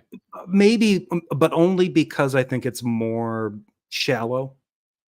Jim Bob will occasionally throw you some kind of some kind of either dogmatic or theological curveball that he's got in there, or she really, she doesn't, which makes her stuff oddly more accessible. But I don't think his is quite the grab bag of concerns either. Like, she was all over the place. Even her afterthoughts was to come in, not to clarify stuff she had, but to bring in more stuff to confuse it, like climate change and COVID. Like, what the fuck are you talking about? Like, you're talking about like the Bible being like the roadmap for morality, and now, we were told that you're going to kill your grandmother if you don't get the jab. Like, no one said that. You said that. You said that people said that, and then you guys have been sniffing your own farts for too long. No one said that. Daniel Cooper says we deconstructed it and found it lacking. Yes, you have been weighed, you've been measured, and you have most definitely been found wanting. Knight's Tale, one of my favorites. Love that one. Raven Dark said, "Who's Jim Bob? It's best you don't know." It's best you don't know. I did a video. I covered one of his videos. So if you want to look at mine, Jefferson's also covered him as well. Breakfast Tacos as well has covered him. So a number of us have, and he is very, very pleased that we have covered him because and apparently he responded to mine during a live stream. I haven't watched it yet. I haven't taken the time. So he did like a counter breakdown. I heard of mine, but it's members only. Really? Yeah. I know he did a cover. He covered mine. Like he responded to mine. Like it was like in one of his live streams. So it was like a live stream response. And I know he didn't play the whole thing. Like I know he didn't do that. So no doubt he cherry picked and pulled shit out and whatever. But I figured it was just going to be bullshit. So I never actually watched it. It might be members only. I have no idea. So I can't remember who. I think it was Spooky. I think Spooky clued me in on it. Somebody DM'd me and was like, "Hey, he's over there talking about you." And then when I pulled up the video, I don't know if it had premiered or what, but it was members only. And I'm like, "Oh, I'm not joining his channel just so I can see him talk shit about me." Like, and he got mad at that. He and his minions got mad at me because I called him out on that because he had done something, somebody had responded, and then he did some sort of response, but then he limited any of the feedback you get to members only. And I called him out on the hypocrisy of that. It was like, you challenge this and say that, and then whenever there's going to be pushback, you just cut it to members only. So what are you actually saying here? And then people are like, it's like, what? It's his right to ask for people. They're like, this is like, but he cannot. He's literally limiting who's going to pay him money. The people who support him, which means he's deliberately creating an echo chamber that just validates him. You know, if it was wide open to everybody, which my comments are, and I don't delete comments. I want them all unless you break TOS, but usually YouTube takes care of that for me. But if you literally limit it to members only commentary, you're only going to get the shit that validates you. Yeah. So yeah, that's what I thought it was more fun. As soon as I saw that, I just burst out laughing. I'm like, oh, that's great. One thing I did want to say, even though this is kind of off, I don't really need to bring it up, but Pine Creek may have gotten himself. I don't know what's going on there, but I heard some chatter on Discord. He was in a Discord chat on. Do you know who Nathan Ormond is? Digital Gnosis, British guy. Yeah, digital. Yeah. So Doug was in a channel, in like a text channel on Digital Gnosis's Discord server. Mm-hmm. And he had a conversation with an individual who's trans. Pine Creek began recording the conversation, got about 32 minutes of it. This guy didn't know that he was going to use it, and then turned around and uploaded it on his YouTube channel. Kind of ambushed him a little bit with it. So that was his second to last video that he uploaded that I saw, because I started listening to it today. It is not a good conversation. The comments in the video section are fucking terrible. Wow. They are uniquely bad, even for some of the comments for his stuff. He then did another conversation with him, and he recorded the entire thing. And I think he got the guy's permission for that one, but it's like a 2.5 hour long conversation. But yeah, I kept seeing, I think it was from Titan. And somebody else was talking about it, and they're like, Doug just recorded somebody on somebody's channel, not his own, recorded this conversation, clipped it, and stuck it on YouTube. And really didn't. I don't think he told the guy that he was going to do it either. Which you don't have to, but it's a dick move to not. That's a dick move. Yeah, you ask the person like, hey, I've recorded this. Would you mind if I make content out of it? I'm just asking because we've been talking for a better part of an hour. Most people will say yes, right? But to just do that, and not really make it clear that that's what you're going to do with it is, pretty shitty. Yeah. Omega Web, Pine Creek is still a conservative whack job despite being an atheist. A conservative atheist, they exist, straight up. And let me see. So somebody else said something here real quick. A Liverpool man says, Liverpool man 1990 says, Bridge the Divide, ever heard from Armando after his books? I never did hear anything from. Actually, no. Scratch that. I got an email from Armando, and because I sent him an email like almost a year ago, or like whenever it was. I was sorry, it was some time ago, and I wanted to bring him on the channel for a chat. He never responded. I figured whatever. Then all of a sudden, out of the blue, I got an email from him. Hey, what's this about? You want me to still come on your channel? And I was kind of like, I'm not really set up to, like, I don't have really anything in my schedule right now. Can I get back to you? And he was like, oh yeah, sure, like that. So he does want to come on the channel. I could schedule that. I don't know how that conversation is going to go. It could be a complete total shit show because I've covered him. Skeptic has covered him. Logic has taken him to the fucking cleaners a number of times. So, it would be weird. It would be a very weird conversation. I can tell you that. And Raven Darkstar says, Bridge the Divide, heard from Seal Whiskers lately. I think I broke him. I'd like to know how you broke him. I only heard from him in that, obviously I did the one video and then he responded. Did you ever watch that, Jefferson? The guy who thinks that Harbor Seal Whiskers are proof of God? No, I must have missed that one. It's on my channel. I covered it. I covered it like 2 months ago, I think, or a month ago, like that. But yeah, that his evidence for God. Yeah. Okay, yeah, because I didn't catch the newest one that you got here with Prospector claims atheists don't get it. I have not seen that one yet either. I got to watch that. So yeah, I did, that one was pretty good. But yeah, I have not heard from Harbor Seal guy. Wait, was he the guy that Christian finally has testable evidence for God? Was it that dude? Yes, the guy with the beard looks like he's in an abandoned Earthbound stockroom. Yeah, that's him. Yeah. Seal Whiskers. Okay. Seal Whiskers. Yeah, Harbor Seal Whiskers. Oh, it gets good. It gets so good. So, but yeah, I haven't heard from him. So Raven, if you wrecked him, then yeah, I'd love to hear about how you wrecked him, because he made the one response and then he never responded again. But I will tell you, if you're looking at my channel, Jefferson, there's another guy. He's wearing a gray shirt and what the hell? There was a guy that I covered. Are you talking about Armando Calvo? No, not Armando. No, not him. Okay.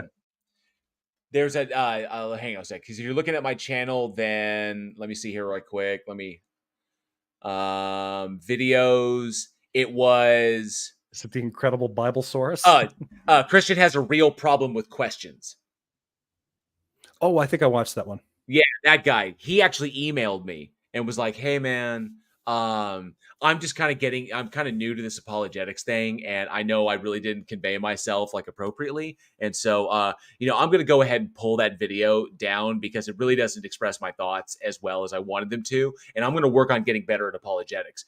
Could you pull yours down too?" I'm like, and I didn't even respond. I was kind of like, really?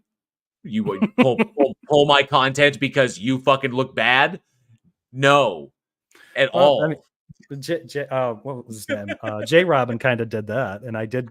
Although I think the conversations that I had about J. Robin with Michael, the Canadian atheist, I think I put those ones back up because JL was back in Discord, because that was one of the things that we talked about. He was like, "No, I'm not going to do this anymore," and he kind of appreciated that I was willing to do it. I don't think anybody else did. Like Godless Girl, Tom Rabbit didn't. I was like, you know what? I remember being a Christian and and saying a lot of stuff. I'd rather it not be permanent on the internet, so I did. But I was like, I just want you to know, I see you coming back around here, running that game again. They're going back up, and he's like, "That's fair. That's fair." I still have the gloves are still sitting over there. I can put them back on. I can't. Don't make me come out of retirement. Like I will unretire my J. Robin stuff. Skeptic Dank says, "Have you seen Gramps Goes to College?" Forrest Valkai got an interview with that guy a while back. I did watch that one, and that was quite entertaining as well. I love Forrest Valkai stuff. If he wasn't so busy, I'd love to be able to have him on and chat with him for a bit. Josh Lee says, "Are the Darth Dawkins squeak toys available?" Unfortunately, right now they're not. This is the last one. So it sits here on my desk.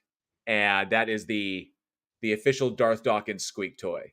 So, and so that's it right there. And so if you had, so I may bring these back.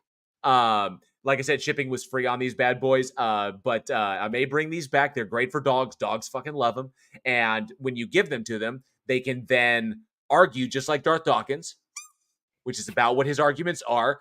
And Is it wrong? I really think it's appropriate that the squeak is kind of anemic. And they're piss yellow, just like the quality of his arguments. So there you have it. The Darth Dawkins squeak toy made perfectly for him. He never commented on these. He never did. I never got his commentary like if he knew it. He knows about him. I know he knows about him. And people in the world have them. So I was hoping for more squeak toy show ups in Darth Dawkins content. I really was. So, but yeah, there they are. That's my contribution. Let me see. Anamorphic Mind, good to see you. Has Jefferson seen Pine Creek's latest video on him? You covered it this morning. No, he did the brain rot one. Oh, okay. So you haven't watched it yet? I haven't watched. No, I started watching it, and I figured I'm like, you know what? I'm not going to watch this right now. I'll wait until I'm. And then you had reached out and you wanted to do a show. And I'm like, that sounds more interesting. That sounds more fun. I'm not going live with the. I'll probably just leave that one alone because the last time he did like a direct. Oh, I can't even remember which one it was. It all just kind of blends together. It blurred together. And I thought he took some things out of context too. And I was just like, okay, whatever. Oh, man. Now, we had some star chats here. I want to make sure that I get to them. So make sure I go down here. Welcome, Shovelhead Steve, to the Godless Army. Thank you so much. iHeartDogs has been a member of the Godless Army for 27 months. Thank you so much for that support, iHeartDogs. You rock. Now, remember, there's a brand new channel badge available, the Multiverse Mind, for being a member for 60 months. So just a heads up that it doesn't stop at the later one because YouTube added in another one. And I don't know if we have unlocked a new emoji, but if we have, I will try to do something special with that. I'll have to check in the studio to see if we've done that. Skeptic Dank for $4.99 says, how much blood contaminated dirt from the tabernacle floor does it take to induce a child sacrifice? Do we want to hazard a guess on that?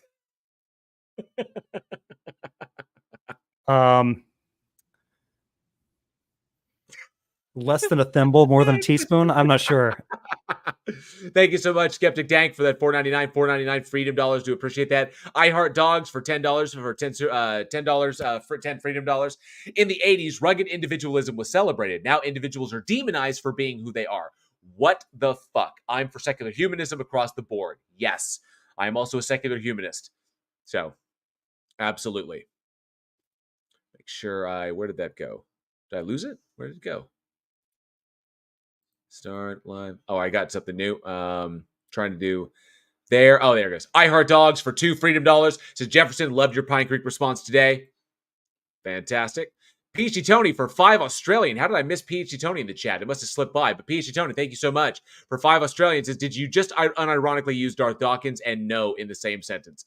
I did. I did. I absolutely did. And I Killed Earl has been a member of the Godless Army for 11 months. Thank you so much, I Killed Earl. I do appreciate that. Thank you so much for all that support. You guys rock. We do love you. And yes, Dr. Nimrod, I will say hello to the wife and doggos, and they're doing fantastic. As a matter of fact, we just got a new couch that I had to move into the house earlier today, and the dogs are loving the absolute shit out of it. So they're going to make the new couches like the old couch as quickly as they can, because that's what dogs do. So, and Peachy Tony just popped in. I see him. There he is. Krakatoni is in the house. And if you have never seen Peachy Tony go Krakatoni, it's a sight to behold. Krakatoni is just like, yes, he fucking can. Yes, he fucking can. That's a whole nother thing from a couple of years ago. So what do you think, Jefferson? You think this Friday thing can be a thing? Yeah, I think this is fun. It's a nice way to catch up. I mean, because I know your stuff is mostly edited. Other than the once a month thing that you've been doing on Sundays. Your Q&A thing over on Discord. But yeah, I mean, I'm generally up for these kinds of things because I don't do a lot of curated stuff. Although I have been finding some more places where I can use like safe clips. So I am thinking about editing some. In fact, my response, if I do watch Pine Creek's where he calls me brain rot, I'm an example of the brain rot on the left.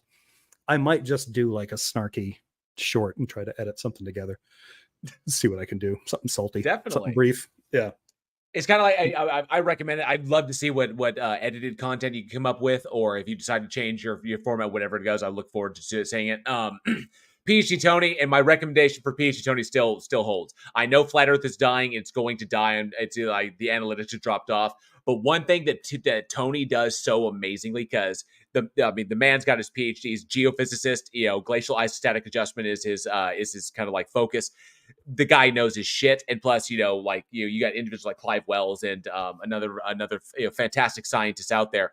But I think that Tony could literally, I found out he's amazing at debunking. Okay, there's a whole series of movies out there that are dedicated to the alien conspiracies and abductions, shit like that, claims being made about whatever.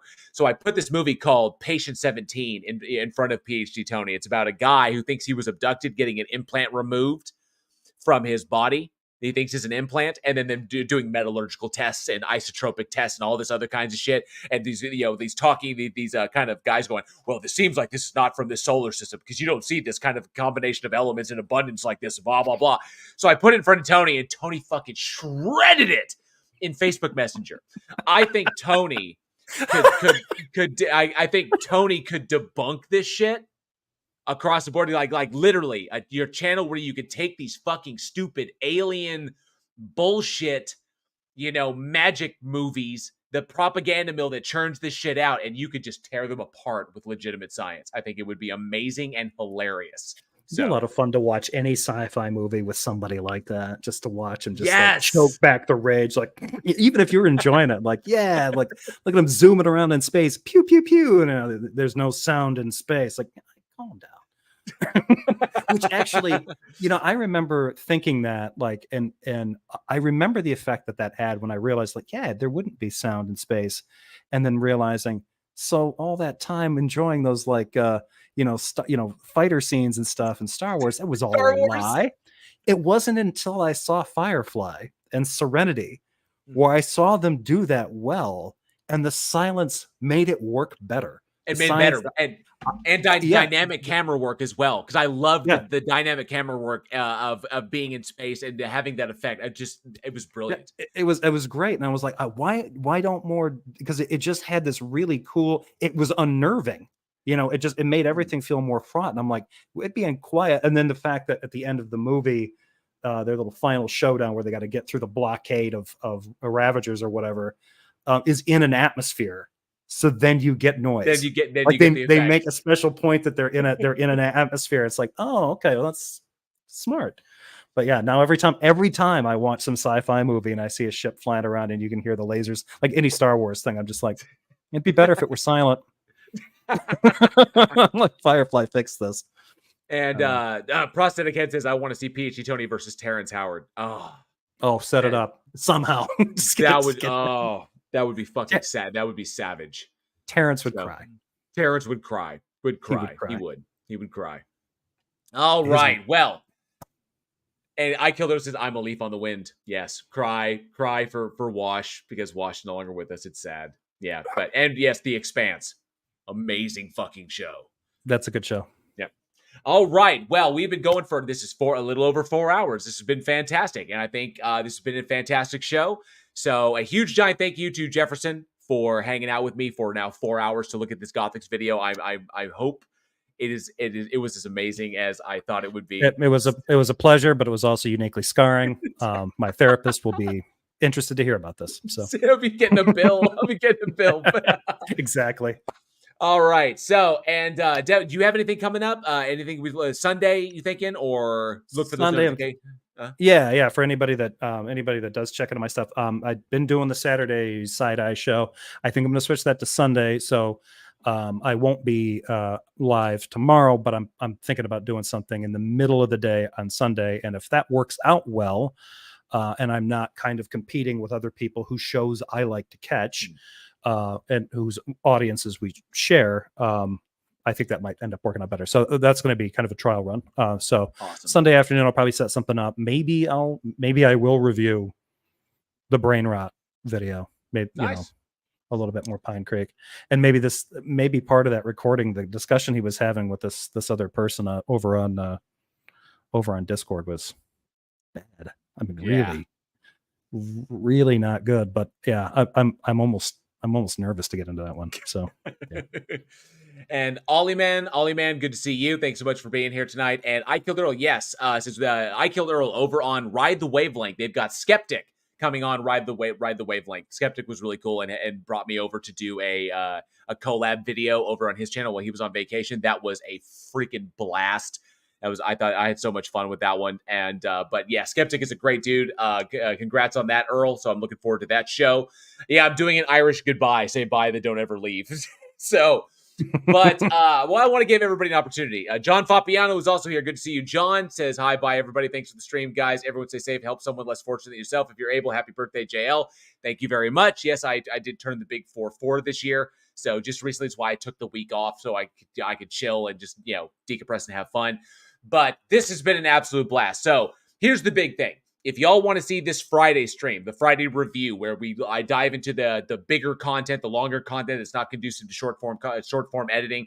If you want to see us review that, I'll bring a guest on where we chill out, have fun, have some laughs, have some yucks, and break shit down. Then if you like it, definitely like this video. Like it or dislike it if you didn't like it. But let me know. Those interactions help to kind of figure out like where the direction of the channel is going. And I'm trying to shake it up a little bit, maybe add some more stuff.